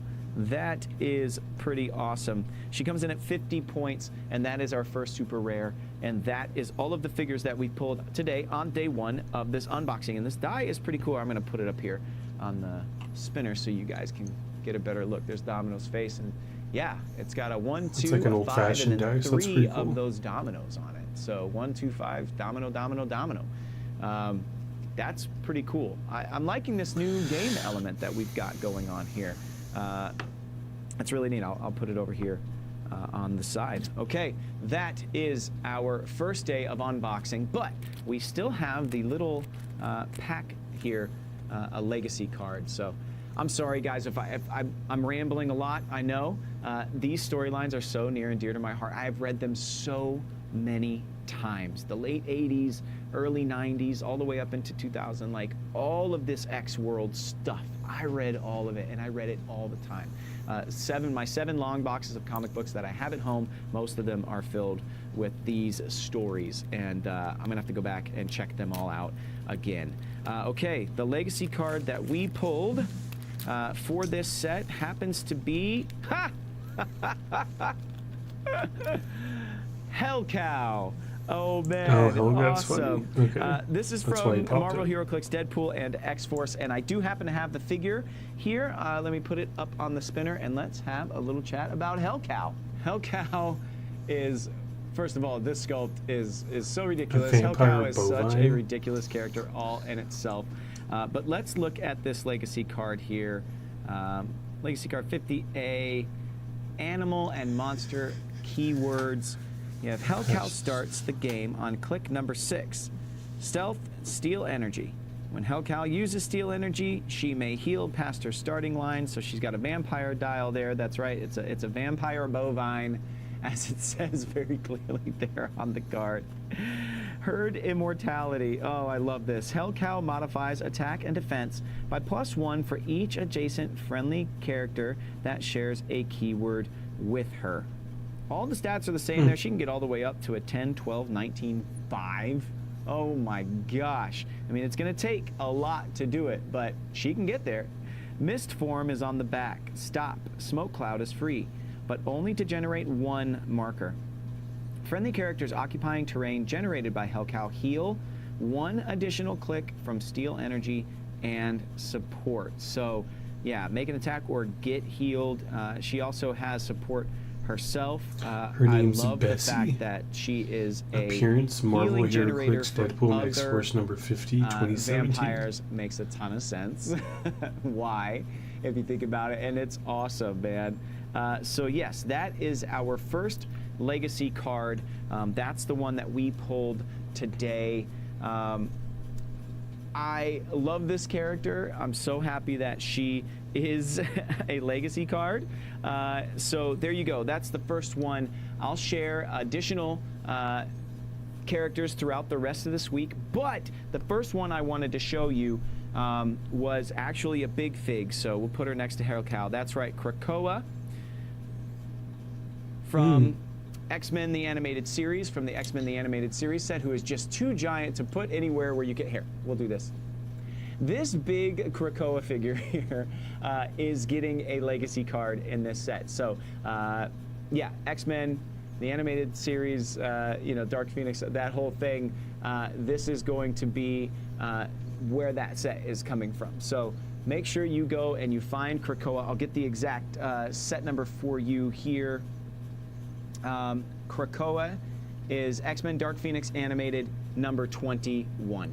There you go. So that is going to be the legacy card for this guy. So there you go. 2 legacy pieces plus the rest of the unboxing today. I hesitate to put Hellcow over there. I'm gonna put these guys off to the side here. Anyway, we'll be back tomorrow for day 2 of our HeroClix unboxing. We'll open up 2 more boosters and we will take a look at 2 more of the legacy carded figures that you can look forward to in this set. So far, I am super excited. I'm gonna take a beat. Tomorrow morning when we come in, I'll tell you everything that I'm hopeful for with what we've unboxed today, what I can't wait to open, hopefully, for the rest of the unboxing series. Remember now, June 12th is when the set is supposed to come out for pre-release at your local comic book shops and game stores.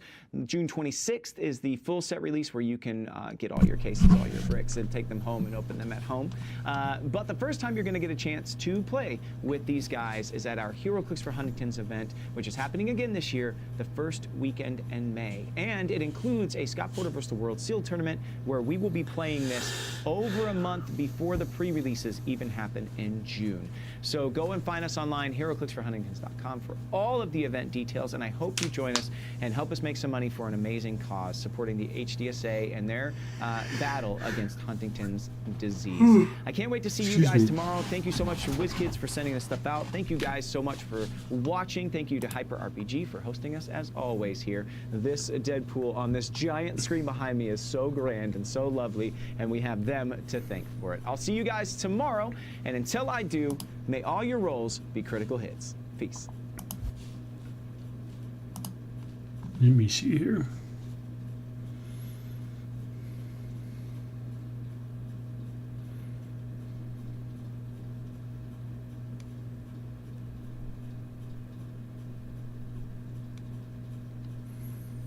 You know, the one, actually, hold on. I wonder if he has one for X of Swords. That'd be kind of cool. That's the one I got.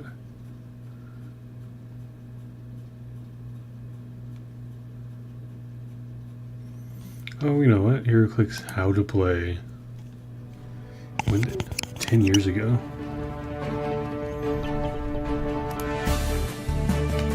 Welcome to an introduction to HeroClix. This series of videos will give you everything you need to know about the game of HeroClix and show you what truly makes it a unique game. HeroClix is a tactical combat game where you pit heroes and villains from your favorite comics, movies, and TV shows in head-to-head combat.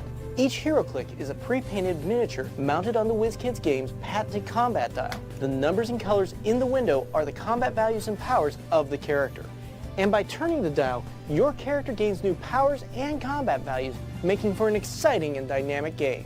Let's take a look at some of the basics of the game using this Superman Quick Start Kit. In the kit, you will find everything you need to play a battle between the Man of Steel Superman and his evil genius arch-rival Lex Luthor. One of the great parts of HeroClix is that everything you need to know about your character is on their combat dial or their character card. The first combat value on the combat dial is a character's speed value. This value tells us how many squares a character can move during a turn on the HeroClix map, and is indicated by the boot for walking characters like Lex Luthor and the wing for flying characters like Superman.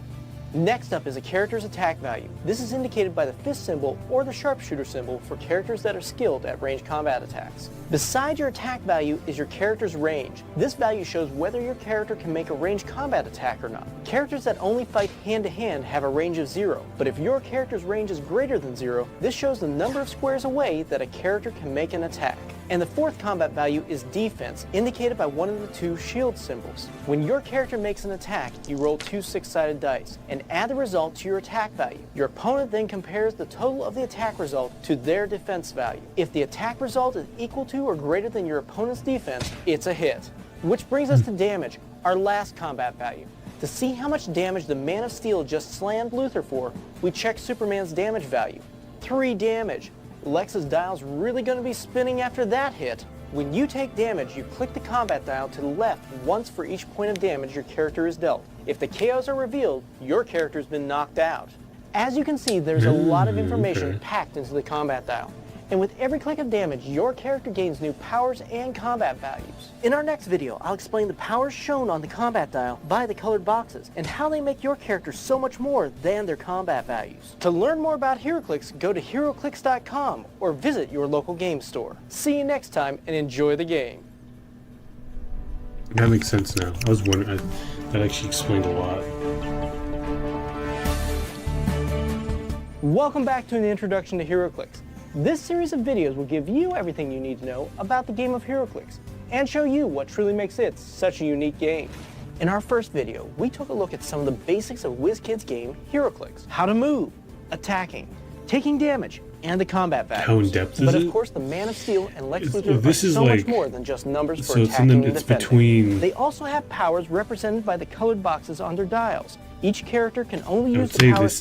this game is under Dungeons and Dragons. Dungeons and Dragons is pretty like complex and like creating your character and doing all that, right, using different things. But this is definitely more complex than like just your simple like Magic the Gathering, right? So I would say this is like one notch above Magic, because with Magic you have a lot of like the cards themselves have a lot of interesting things and concepts and abilities and how you build your decks and all that synergy stuff. This is like a notch further, where it's like you have figurines, and the figurines, you know, the abilities are tied into the numbers they have, and you have a dial that you click back for every hit you get, and you're on an interactive map that you're moving around, and you can also like use things on the map. Like it's not just a little map. Like you can go like on high ground, low ground. You can throw things, objects for a certain damage and stuff like that. So I would say it's definitely way more complex than your just average like Magic the Gathering card game, but it's not as complex as like a campaign that you would do with like D&D. So it's in the middle. So like this is like a perfect thing. Like for me, like I've been playing Magic for a while, and I think this is this is like a good step further into getting closer to like playing D&D. I don't know if I'd ever like, I'd play D&D, but it's a commitment. Like it's a commitment to go into a campaign for like months, you know, as a character or whatever. Like it's a this you can sit down and play in a day, right? Versus D&D campaigns that could take months. You know what I mean? That's the difference. So I think with that, like there's still like a huge gap between like this game and if you're gonna play D&D. D&D is like a whole nother monster that you got to prepare for, and you have someone who's preparing the whole campaign, and like every single nuance of like, oh, you just turned left, music plays, and like they have a whole setup for it, right? This is like taking it like 10 steps back to something that's a little bit more digestible for people that don't want to spend months playing a campaign but still want the ability to play something that's like a tabletop RPG game. Because some tabletop RPGs are like, they can be complex, but they're just not like, they're not like this. This is like perfect in the middle of like, you're moving around on a map, you have to like use strategy and stuff. It's very chess-like. So it seems like it's definitely in the middle. Like it's not as complex, but it's definitely there, up there. So, and like some people use some of these characters for D&D, like more of the generic. You know, you can't pop Lex Luthor into a D&D campaign and like he starts fighting a dragon or something. But there's some people that use some of these figurines for different stuff. They repaint them and whatnot. So yeah, it's definitely above Magic, but definitely quite a few steps under D&D. But still, like, it's still complex in its own right. Like, it still has a lot of stuff. Very interesting stuff, too. Currently showing on their dial, and with each click of the dial, that character's powers change. There are a lot of standard powers in the game. Yeah, that's the other thing with D&D. Like, every single roll matters, right? Whereas in this game, you're rolling for mostly damage and defense and movement and some other things that's also connected to damage. Like you're just damaging the other person, you know, and you're moving around trying to avoid things and maybe trying to get to someone else to heal them and stuff like that. So it feels more like an arena versus like a campaign, like walking through a dungeon. Movement, yeah, exactly. Movement. Are all explained in detail on the powers and abilities. Also, I think Richard Simmons passed away a couple days ago. Or maybe he's been dead. I don't remember. That can be downloaded from HeroClix.com. But for today, we will only be focusing on the powers that Superman and Lex Luthor will be using. So let's take a look at the powers that Superman has on his first click. The Man of Steel starts with Super Strength, the green box on attack, and Invulnerability. Okay, so like the color coordination here. The green goes to the 10, which attaches to your strength, I guess your super strength, and then bullet bounces off me, which is your defense. Invulnerability, damage taken is reduced by 2. Oh. So basically that means your 17 would go up to 19, because if it's blocking 2 more damage. The gray on defense, both of which are powers he's known for. With Superman's Super Strength power, powered by the yellow sun, when Superman moves, he can pick up objects to be used as weapons. We will be covering objects in more detail in our next video. That's the other thing. And Invulnerability is a damage-reducing power. When Lex Luthor attacks and hits Superman, he takes damage. But Invulnerability will reduce the damage by 2, so he'll not take any damage from Lex Luthor's close combat attack. Lex Luthor, on the other hand, is known for the tricks he brings to the field to even the odds against Superman. Lex Luthor starts with Running Shot as his speed power. Running Shot is a type of power called a move and attack power. With Running Shot, Lex may move half his speed value and then make a ranged attack. The dark blue on Lex Luthor's attack indicates the power called Penetrating Psychic Blast. And when you look at his character card, you can see that this represents Lex coming into the battle with a kryptonite laser. When this power is showing on Lex's dial, his ranged attack will ignore damage-reducing powers like Superman's Invulnerability. So while Lex's 2 damage cannot hurt Superman in close combat, this power will allow Lex to damage Superman when making ranged attacks. Lex Luthor also has a green power on his defense value called Energy Shield Deflection. When this power is showing, Lex Luthor's defense rises by 2 when he's attacked with a ranged attack. And of course, Lex Luthor has a plan for every contingency represented by a power called Probability Control, the light blue power on his damage slot. When Probability Control is showing once per turn, you may re-roll your dice or force your opponent to re-roll their dice. As you can see, on their first clicks, Superman's greatest strength lies in getting up close and personal with his super strength, while Lex Luthor's powers are best used to keep his distance while making ranged attacks. Both Superman and Lex Luthor have even more powers that will be revealed as you click their dials. One last important group of powers to know about are special powers. Sometimes a character's powers just don't match the standard powers listed on the powers and abilities card. Special powers are designed to recreate those characters' unique abilities and are indicated by a white box around the combat value. When these powers show up, you'll need to check your character's character card for details on what you can do with their special power. From the combat values to the powers, there is a lot to know about your characters, but there really is more to a battle than just who's in the fight. In our next video, I'll explain the different types of terrain on the map, as well as objects and how you can use them to your advantage, plus the special effects that can happen as you roll the dice. To find out more on your own, go to HeroClix.com and download the Rules and Powers and Abilities card or ask about HeroClix at your local game store. See you next time and enjoy the game.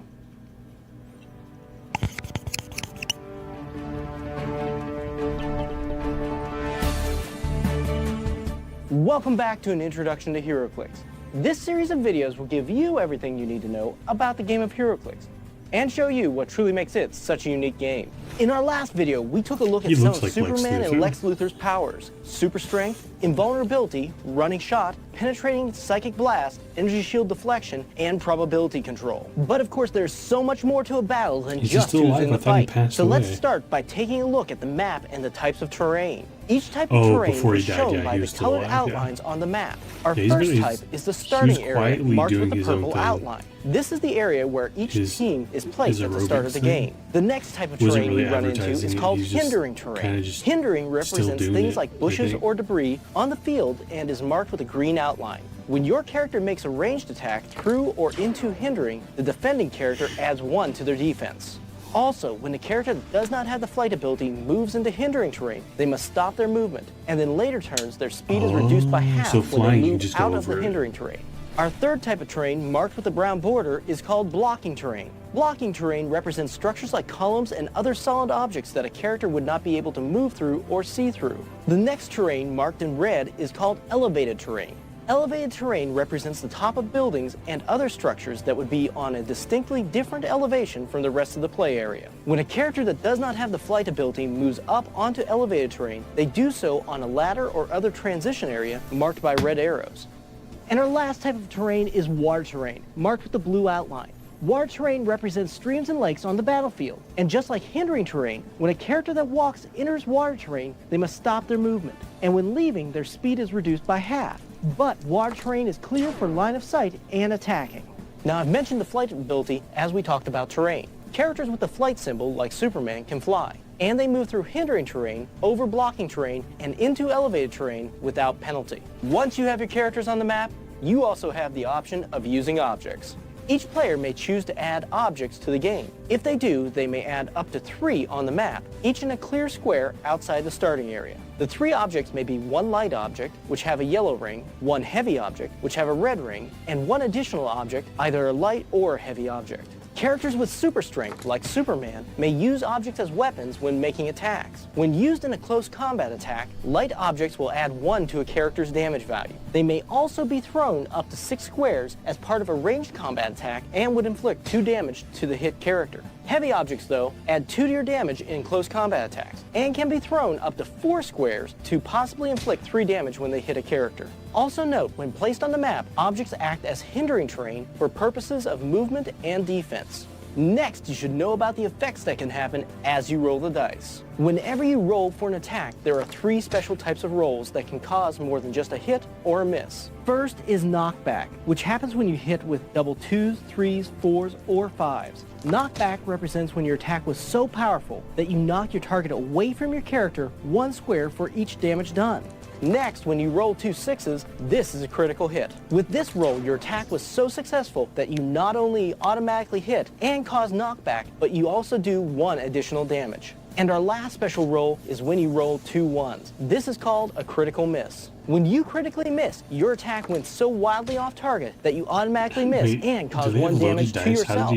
And our last topic is action tokens. Each character may only be given 1 action per turn. When you give a character an action, place an action token next to that character. You can use anything from beads, coins, or other small objects to act as action tokens. Moving, attacking, and most powers cost actions. But some powers do allow the character to take what is called a free action. If a power indicates that you can give your character a free action, it does not require you to place an action token on your character. Now, when your character starts a turn with an action token, they may be given another action. This is called pushing a character. When an action is given to a character that would cause a second action token to be placed on that character is now considered pushed and is given 1 click of damage, representing the character overexerting themselves. That is, unless they have the ability Indomitable, like Superman. This is indicated by the special defense shield icon with the stripe through it. Indomitable represents characters with incredible stamina and allows characters to be given a second action token without taking pushing damage. Each character may be only given 1 action per turn. If you don't give your character an action, at the end of your turn, you may remove all action tokens from your character. This is called clearing a character. From terrain to action tokens, there's a lot of strategy involved in HeroClix. But now that we've covered most of the rules of the game, it's time to start playing. In our next video, we'll put everything we looked at in all 3 of our videos into action as Superman faces his arch-rival, Lex Luthor. To find out more on your own, go to HeroClix.com and download the Rules and Powers and Abilities card, or ask about HeroClix at your local game store. See you next time, and enjoy the game.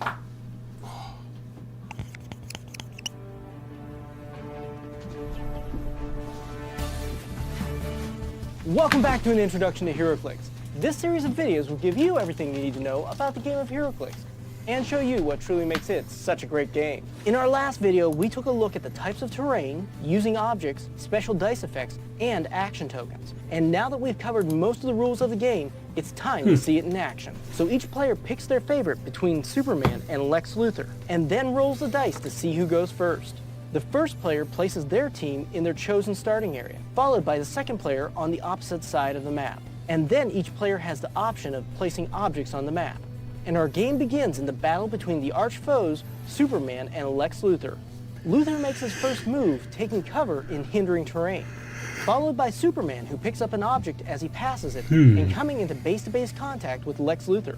Luthor's powers are strongest at a distance, and he knows he needs to move away, so he takes a chance and rolls breakaway. When your character is in base-to-base contact with your opponent's character, you must roll breakaway to give your character any type of move action. If you roll a 4, 5, or 6, you may continue with your action. But if you roll anything else, you forfeit your action. And when he succeeds, he uses running shot to reposition. But his luck doesn't run out due to probability control. And he deals 2 damage to Superman, bypassing his invulnerability. But Lex Luthor still takes a click of damage for pushing. And now that he has Outwit showing, Lex Luthor uses it on Superman's super strength, forcing him to drop his weapon. Superman pushes to charge and hits Lex Luthor for 2 damage, but Superman doesn't take any pushing damage due to Indomitable. And when Lex Luthor's dial is no longer showing Outwit, Superman gains his super strength back. Lex Luthor now wants to use his new power, Sidestep, to do a free move action, but he must first roll Breakaway. When he succeeds, he moves 2 squares as a free action. And since he has not been given any action tokens this turn, he removes both of his tokens. And on Superman's turn, there's nothing to be done but remove both his action tokens and pass his turn to Lex Luthor. And so Lex Luthor starts by using Sidestep to do a free move action. And then he attacks. Lex Luthor uses his power Close Combat Expert in the attack, and chooses to add 2 to his attack and rolls, landing his hit on Superman. Luthor deals 2 damage to Superman, and because Superman has toughness, he receives 1 less damage, taking 1 click. Superman is really starting to feel the pain from Lex Luthor's attacks, but he presses on and takes a swing at him. Superman's attack hits, but Lex Luthor has a new defense power called Impervious. Impervious works like Invulnerability and reduces damage by 2, but has the added protection that first you roll a die. If you roll a 5 or 6, the damage is reduced to nothing. And Luthor fails to roll a 5 or 6, so Superman deals 3 damage, but Lex Luthor reduces the damage by 2 and takes 1 click of damage. Lex Luthor's head is ringing from that last blow, but he feels he needs to push and hit Superman again. Lex tries to roll Breakaway for Sidestep and succeeds. When he does his free move action, he picks up a light object using his Super Stray, and then he attacks Superman. The light object adds 1 to Lex Luthor's damage, and he adds 2 to his attack value using Close Combat Expert. And when he rolls, he succeeds in hitting Superman and does 3 damage, but Superman's toughness reduces the damage to 2. But Luthor takes a click of pushing damage after the attack is resolved, and it seems he may have overestimated the length of his dial. Superman sees an opening, and he knows he needs to hit Luthor hard now and finish the game before Luthor can put some distance between them. So Superman uses his new power, Flurry. Flurry allows a character to make 2 attacks in a single turn. So Superman makes his first attack and succeeds, but Lex Luthor now has probability control and forces a reroll. And Superman ends up failing his first attack, but Superman still has his second attack. And he rolls good to hit. Luthor takes 2 damage and he's KO'd. Superman wins the day. Now Superman won our battle between the arch rivals, but the battle could have gone either way. With more HeroClix to collect and play in battle, anything can happen. Look for exciting new releases and exclusive organized play events on HeroClix.com or your local game store. I didn't realize this video See was you even next in here. time and enjoy the game. Pretty informational.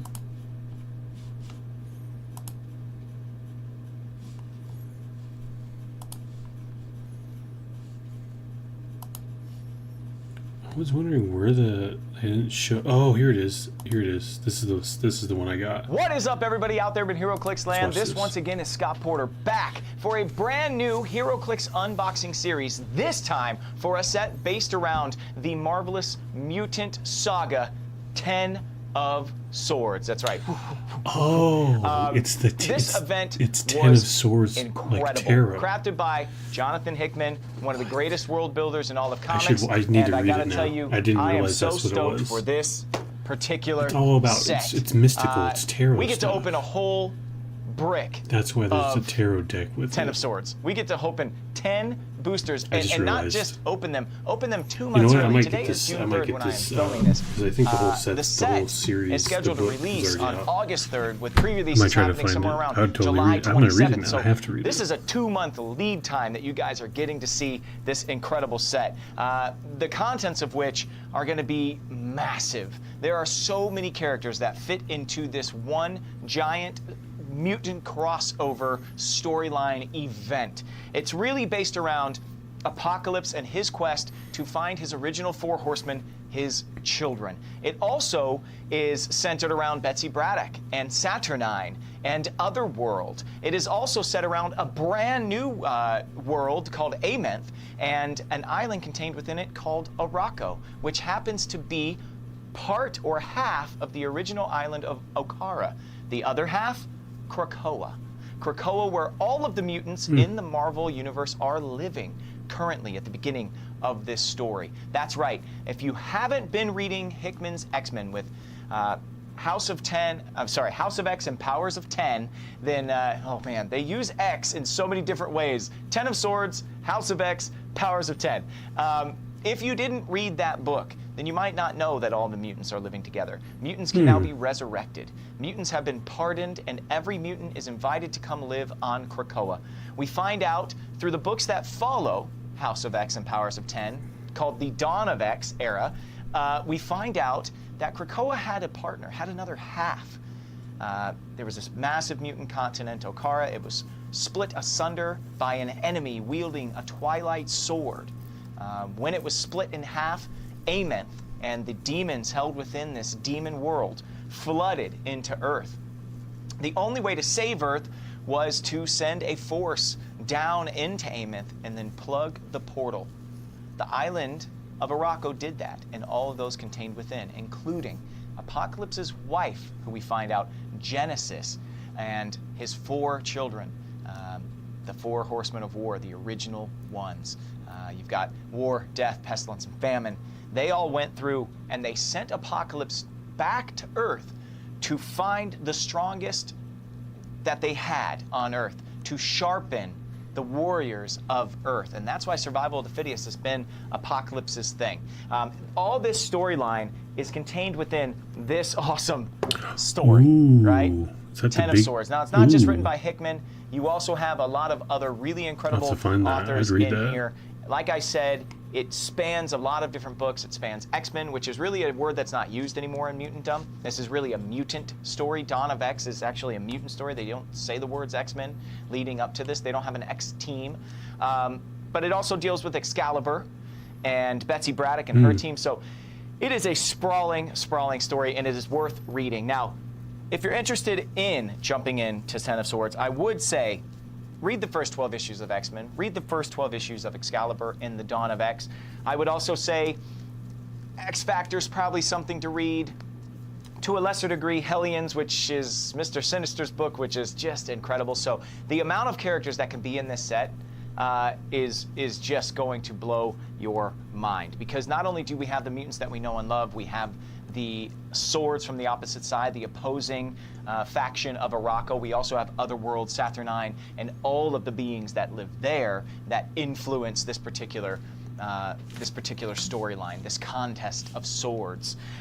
So that is what the story kind of is basically about. We'll get way more into it. You know that's how we do it here. But we're going to open 2 boosters a day as well as something else. Dyson Tokens Pack, Play at Home Kit. We're going to talk about legacy cards this week, and we're going to do it Everything each and every he's gonna day open is for what I'm 5 straight getting. days, Monday through Friday. Let's take a look outside of the booster pack. Of course, you've got Wolverine on the front, and it's called 10 of Swords because, well, Krakoan side has 10 swords, and the Arakkan side has 10 swords, and they are put in a battle, they think, to the death. You have the Muramasa blade here. Now, this is not the original Muramasa blade that Wolverine put a piece of his soul into. This is a twin Muramasa blade. There is another character named Solemn, who, is he on the outside of the box here? Let's turn this around here, and let's take a look. Out here we have, oh, those are horsemen. That's war and death. That's awesome. And then, whoa, one of the sub-themes is going to be Danger Room. If you guys remember before when we had Danger Room Sabretooth or Magneto, now it looks like we have Danger Room, who is that? Juggernaut, Apocalypse, Danger Room Mystique? What? We're getting a Danger Room boost? I did not expect that in this set. Over here, we have some sword bearers. These are sword bearers on the Krakoan side. You see Storm, who wields Skybreaker, the original sword and weapon of Wakanda. And that's a whole storyline in and of itself. You have Gorgon with his 2 swords, Grass Killer and God Killer and Grass Cutter. There you go. And then you have Wolverine again there on the side. Also underneath that, you have Sword itself. That is an ongoing that happens after 10 of Swords. So I thought we'd only be doing what's a part of the event. It looks like we're pushing a little bit further out of 10 of Swords into a new phase of Hickman's X-Men era called the Reign of X. And on the back here, we have one of the Arakkan sword bearers. That is the White Blade. And man, is he insane. The idea is that he's a healer, right? He's an original Arakkan, and he is a healer who is also a resurrector. So as enemies fall to his blade, he will resurrect them and make them a part of his army. His army is 100 strong, and he can raise them again every single day. So when they first went into Amenth, this demon world, and Arakko was trying to fend off all of these enemies, he led his army off by itself and actually created his own citadel way, way, way far into Amenth. And every day they wake up, and every day they go kill as much as they can, and every day they come back, and whoever dies he re-raises, and then they party and drink to their heart's content, and then they all go to bed and wake up and do it again the next day. That's what they do, and that's who's on the back of that box. Now, usually on the back of the box, we see chases. So I hope the chases are not all Arakkan sword bearers, because we're getting a lot of those people for the first time. So fingers crossed. All right. I think that's about covering it. Now, the other thing about this particular set that's different than most others is we will not probably be seeing everything that's a part of this set within these boosters, because the 10 of Swords booster set goes into the 10 of Swords organized play event. That means for 3 months, starting in August, somewhere in the mid-20s of August, you will have an organized play event that's also based on this, that will have boosters itself, that will have other parts of this set held within it. So I am expecting swords in here. I am expecting equipment. I am expecting tarot cards in here. That's a brand new game element.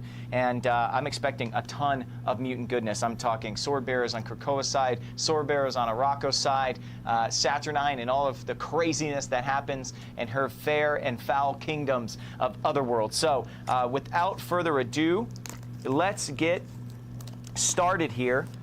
I think I said it earlier. We will be opening 2 boosters every day.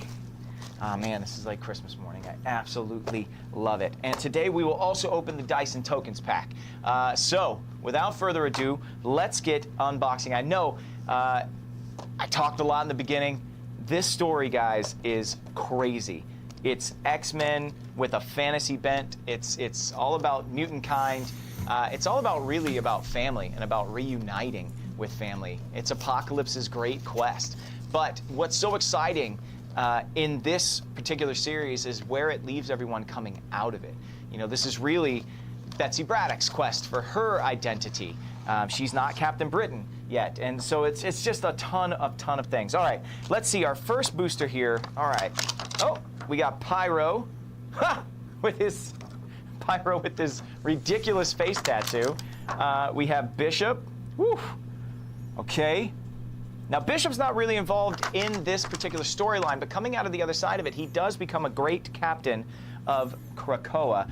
We have Danger Room Mystique. I'm very excited to see these Danger Room pieces are used an awful lot in casual and competitive play, so I'm very excited to see what she brings to the table. Oh my gosh, yes! We have the Fury.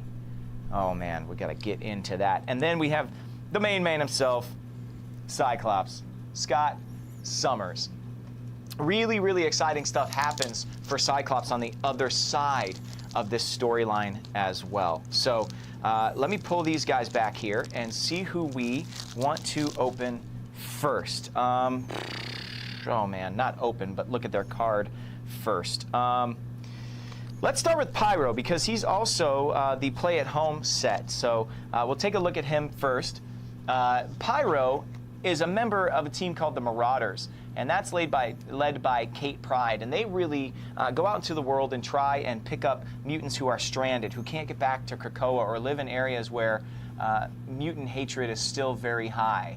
And so they're kind of like a search and rescue team for mutants out in the world. And you can see his face tattoo there, which is hilarious to me that he actually did that to himself. But we'll take a look at his card here. He is set number 39, Brotherhood of Mutants, Marauders, X-Men, and Pirate. Keywords, Pirate is getting a lot of play nowadays. He's got a trait any way you want it, love. When Pyro clears action tokens, he can generate a flame construct within range and line of fire. They can have a max of 3 of them on the board. You can see the flame construct down there. Woo, look at that. It's got some poison, super senses, some exploit weakness there. Flip the card over, you can see the back. It's got longevity there, 6 clicks long is 50 points. And you can see, yeah, that picture there. After an extremely difficult time that Marauders had out and about with Kate Pryde and the rest of them, they took refuge in this tattoo parlor, and he got a skull tattooed on his face, and now it's on a HeroClix, so that's that's pretty great. Next but not least, let's go with Bishop. So Bishop has been a part of X-Force within the days of Dawn of X, as well as some other storylines. But Bishop here, you can see a little bit of a different costume. He's been through a lot of shifts throughout the years, but on Krakoa, they have a government called the Quiet Council. There are 12 seats, and that's where you've got your Magnetos, your Professor X's, your Black Kings, and White Queens. And then you have the captains. Cyclops was one until the end of Ten of Swords. Bishop took his place as a great captain of the island. They are in charge of military response and safety of all of the political Quiet Council. So Bishop plays a bigger part after Ten of Swords than he did before, and I think we can see that here on his card. He's got Hellfire Club, Marauders, X-Force, X-Men, Detective, Future, Pirate, and Police, a ton of keywords. Set number 30. He's got a trait, Great Captain of Krakoa, Leadership. When Bishop uses it and succeeds, this turn friendly characters that have the X-Men team ability, they can use it as free. And you can see down here in the corner, the team ability and what it allows you to do. Choose an adjacent friendly character that can use this team ability and heal that character, 1 click, and roll a d6. On a roll of 1 to 4, the character that healed the other one is dealt 1 unavoidable damage. You have another trait. You've taken your best shot. Now it's my turn. Free. If Bishop took damage since your last turn, heal him 1 click. And this turn, he can use Ranged Combat Expert, so you get a little bump on your attack and your damage there if he takes a shot. He is 7 clicks long. He can be played at 80 or 35. He has 2 team abilities. That is pretty useful there. I like him. I like him. It is interesting, though. Pyro and Bishop not very involved in Ten of Swords. They're more peripheral, and they are more involved in the lead up from Dawn of X. And on the back side of Ten of Swords, you have something called Reign of X. And R-E-I-G-N, not R-A-I-N, although it does involve Storm pretty heavily. Anyway, I see what you did there, Hickman. I see what you did there. Let's go with Mystique next in this Danger Room figure, this construct here. The constructs are really, really unique in the way that they play. A ton of survivability. I'm actually going to hold her over there. There you go. That's a much better look. Oh, yeah. Take a peek at that. That's really, really cool. Here we go. We've got Brotherhood of Mutants and Robot keywords. Danger Room construct, trait. When Mystique makes an attack, give her an error token for each one in the attack roll for a maximum of 3. If Mystique has 2 or less error tokens, characters take a maximum of 1 damage from Mystique's attacks. Mystique takes a maximum of 1 damage from opponents' attacks, and she can't be healed or chosen for Mastermind. Protected, Pulse Wave. Another trait, lessons from the Danger Room, Mystique. When Mystique is KO'd by an opposing character this game, when that character makes an attack, other characters can't use Shape Change. So if you defeat the construct, you win a little lesson, or you learn a little lesson, and you win a little bit of power there. You can look at the back, there's Shape Change and Super Senses on those first 2 clicks. Definitely has survivability here. And then they can start doing more damage. Well, not her, she's only dealing 1 click anyway. But they can start dealing more damage while that final click is up late. But yeah, until they get these error tokens on their card. The difficult thing is you can only do 1 click of damage to them, and that's really, really tricky to get around. I wonder how many we're going to have in this set. I wonder if you're going to be able to actually build a full team of Danger Room constructs. That would be a lot of fun. Okay, I'm going to put her over there. I'm going to put Pyro over here because he's a hero now. I mean, I guess everybody are heroes. Like I said with Krakoa, all past crimes have been pardoned. It's all about all mutants coming together into one society and standing firm against humanity and all of the horrid things that have happened to the mutant population over time. So it's really all about them standing together. Let's look at the Fury. The Fury is super interesting. And kind of a creation by the Allens, Alan Moore and Alan Davis, a long time ago when Marvel tried to do a big push into Britain and into Europe and make comics specifically for Europe and Britain to get Marvel to take off over there.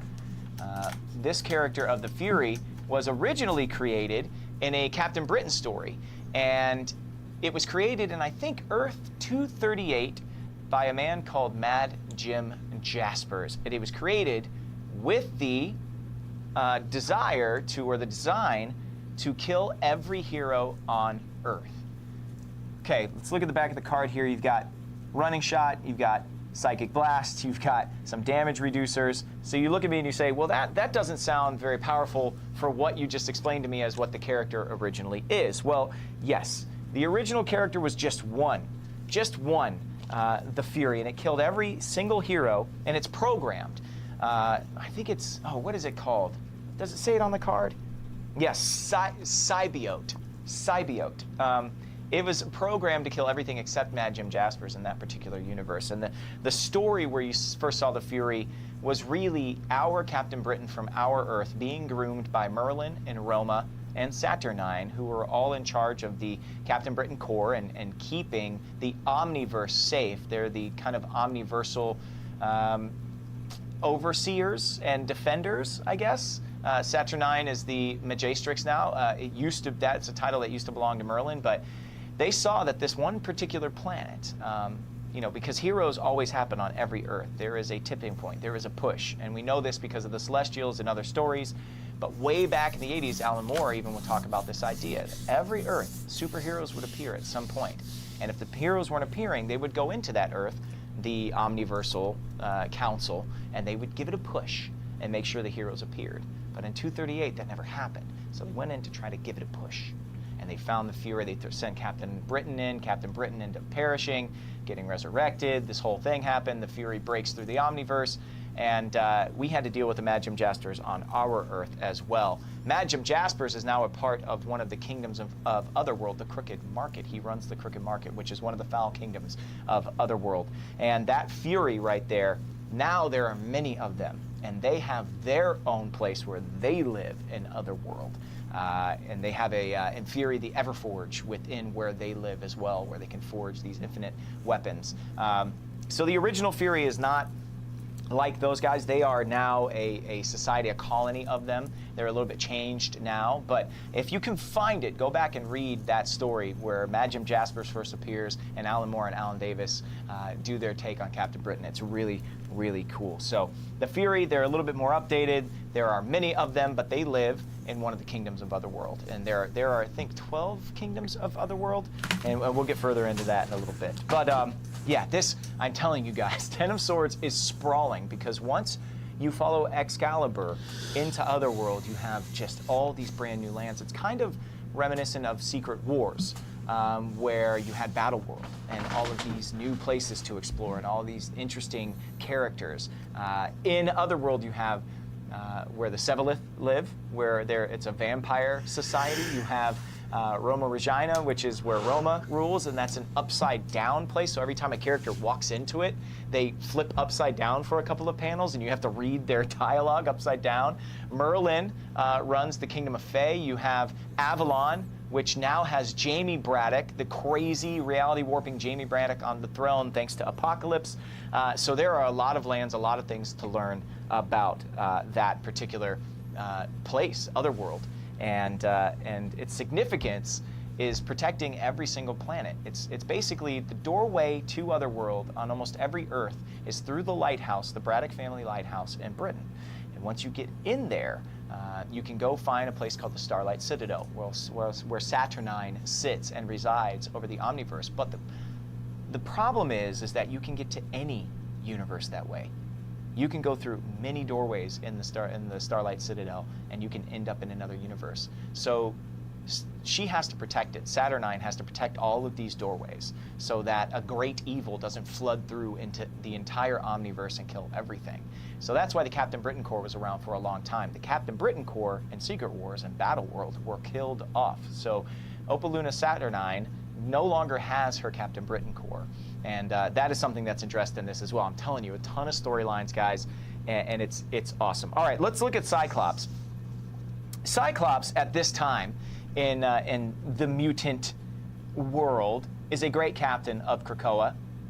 He makes sure that Magneto and Professor X stay safe. He makes sure if there's a response needed that is military in nature, that he's the one that leads the charge. This particular Cyclops is set number 13. He is a great captain. He has a shared trait with Bishop that we saw, great captain leadership, and Cyclops uses it and succeeds. This turn, friendly characters that have the X-Men team ability may use it as free. That's a pretty cool shared trait there. You have a lot of leadership opportunities, a lot of healing opportunities, and if you hit some 5 and 6s, you can keep your team healthy. You look at the back there, pretty basic, running shot, range combat expert. I want a Cyclops here where he really opens up. He does so in the comic books. Woo! Oh, man. Jean Grey looks at him and says, "Scott, don't hold back, dear." And he unleashes on a bunch of demons from Amenth toward the end of this story. And I want that. I want to see that massively powerful Cyclops. I feel like I'm all over the place right now, guys, because there's just so much to talk about. And there's no way to really consolidate the storyline down except to say what I said earlier, where you have, you know, Apocalypse on this family journey to recover his children and therefore recover Krakoa's old partner. So Krakoa is invested. Apocalypse is invested. You have Betsy Braddock in the pages of Excalibur following Apocalypse because she has not been invited to the Starlight Citadel by Saturnine. She picked up the Amulet of Right because the way you become Captain Britain is you're given a choice, usually by Merlin or now Saturnine, to pick up the Sword of Might or the Amulet of Right. And when you pick up the Amulet of Right, you are chosen to become a member of the Captain Britain Corps. You are seen as worthy. If you pick up the Sword of Might, that is seen as a selfish act, whereas the Amulet of Right is seen as a very generous act and a noble act. She picked up the Amulet of Right. Betsy Braddock, who is now separated, in case you missed it, from Quan-On, who a lot of people knew Psylocke. Betsy Braddock in a ninja's body, they are now separated. Quan-On is her own character, and Betsy Braddock is back to being the pink-haired British lady. And so she is now Captain Britain. But nobody is recognizing her as such. So it's a story about her trying to go home, in a sense, to the headquarters of the Captain Britain Corps. So it's about a lot of people trying to go home and find their place in a new world. And, oh, whoa, okay, haha, we got, oh, a super rare that I did not expect to see here. And we got our first tarot card. This is brand new for this set. So here we go. We've got, here, we'll take him out of the pack and we'll put him up closer. We've got a swordsman on the Krakoan side, and that, yes, is Cypher. Why is Cypher a swordsman? I'll tell you in a little bit. We also have, my main man, Iceman. He's not really involved in this storyline either, so I'm starting to see a bunch of characters that aren't truly involved in the storyline itself, but are still important in the mutant titles, and it's interesting to me, the character selection. We've got Gorgon.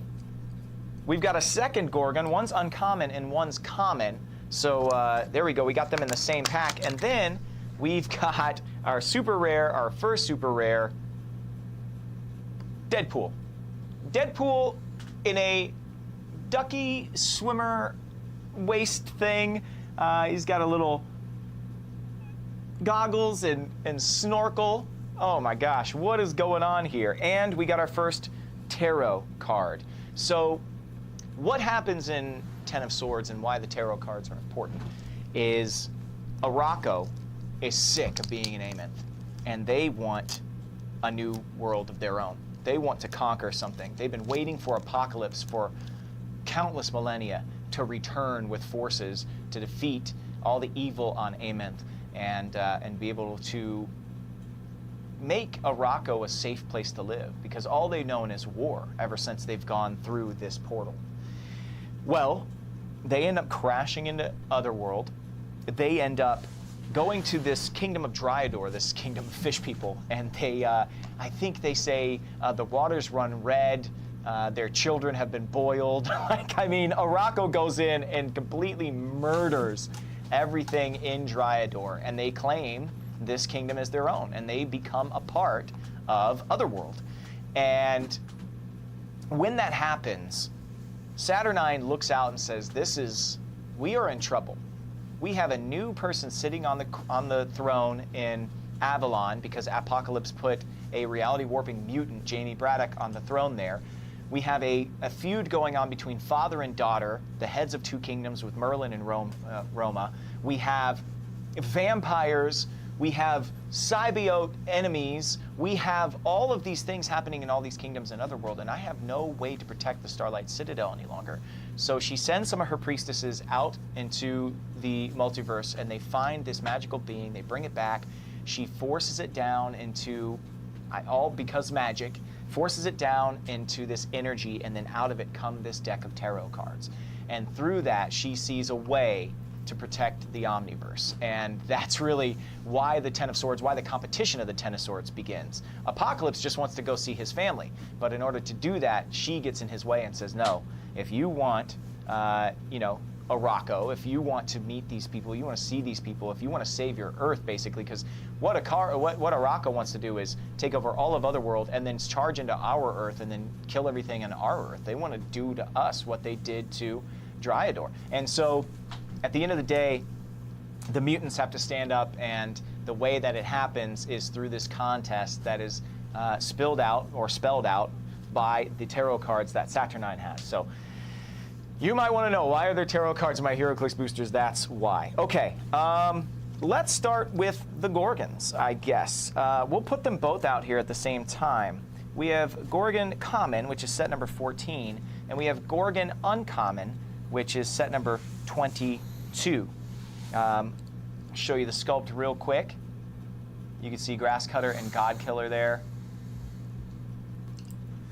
Now, if you're not familiar with Gorgon, you need to go read Jonathan Hickman's Secret Warriors. That is some of the most seminal Gorgon work you will ever read, and Secret Warriors is awesome and so worth the read. Okay, starting with the Common. He has Aim, Hydra, The Hand, X-Men, Assassin, and Martial Artists. Has a trait Swordbreaker. This character starts the game with any sword equipment equipped. Any sword, it says. It doesn't have to be Grasscutter or Godkiller. That's really interesting to me. We'll look at the back here. Pretty simple dial. No bells and whistles. But the uncommon has its own trait. Now, the uncommon is X-Men, Assassin, and Martial Artist. So, obviously, the common is pre-Krakoa. This Gorgon is post-Krakoa and Dawn of X, where he is on the island.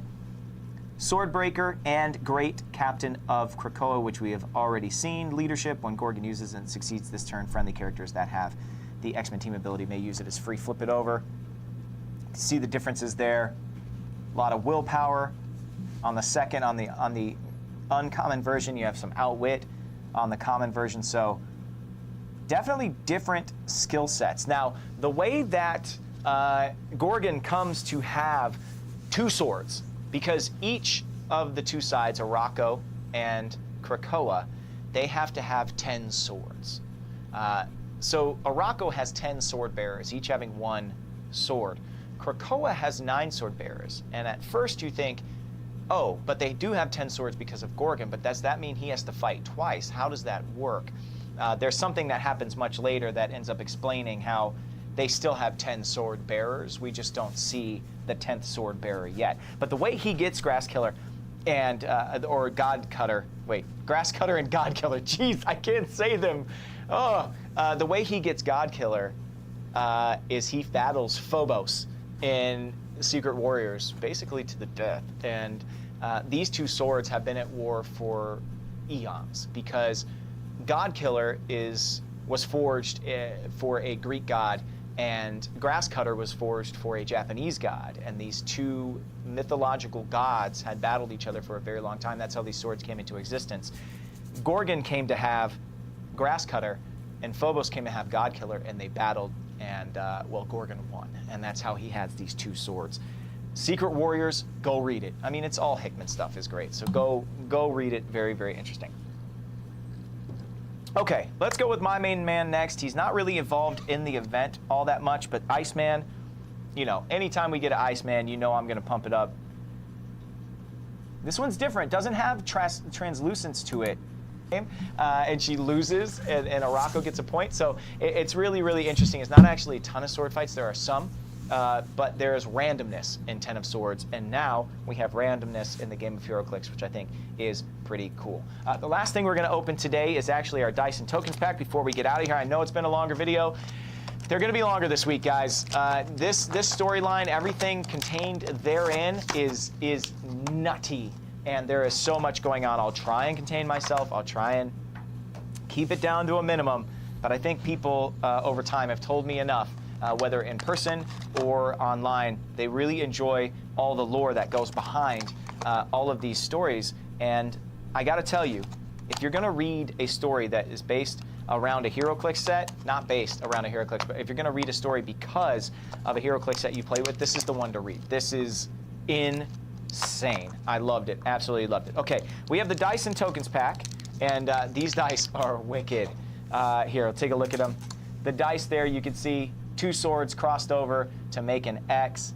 That's really cool. That's your 6 for you. Okay. Some of the characters we have on the tokens. This is Solemn, a brand new character that we are introduced to in 10 of Swords. We'll talk more about him. Hopefully we'll pull him. We have Wolverine. Of course, these two guys right here, Solemn and Wolverine, both have a Muramasa blade. We have Magic with the Soul Sword. We have Captain Britain, or maybe she's not. We have Betsy Braddock with the Starlight Sword. We have Apocalypse, who has his sword Scarab. It's not pictured here. And we have Cable. Oh, Cable has the Sword of Galanor. Very, very cool. We'll talk about that if we ever pull Cable. You have the Captain Britain Corps on the back here. Oh, interesting. We have Jonathan on the back. That's Honey Badger's pet. So to have Jonathan in the set, very, very interesting. Ooh, Nimrod. We have a Nimrod. Ha! Oh, no. Nimrod's in the set. We have a Flame Construct. That's awesome. That goes with the Pyro that we pulled today. We have a Killer Robot. Interesting. And we have a Demon. That looks like an Amenth daemon to me. So somebody's going to be spawning those. I'm guessing Summoner probably will be in this set. So, okay, there we go. That's the Dice and Tokens pack. What I like about the Dice and Tokens pack is when you look at the backside of the tokens, you get a clue as to what is going to be in this set. And I'll tell you, Scout or Honey Badger, whatever name she's currently going by, Jonathan happens to be her pet, and cool. she's in. Getting tired. What's the? It's like 2.5. Do that. I think I'm gonna call it there. I think I'm gonna crawl into bed. Get some good old fashioned REM sleep. But yeah, I'm appreciate. We'll be back on tomorrow night. I think we'll be a little bit more early evening, hopefully. Yeah, I think that's pretty much it. So I appreciate you as always. Go save the world, take care of yourselves, those important things. Eat your food, drink your water, take your medicine, read a book, sleep.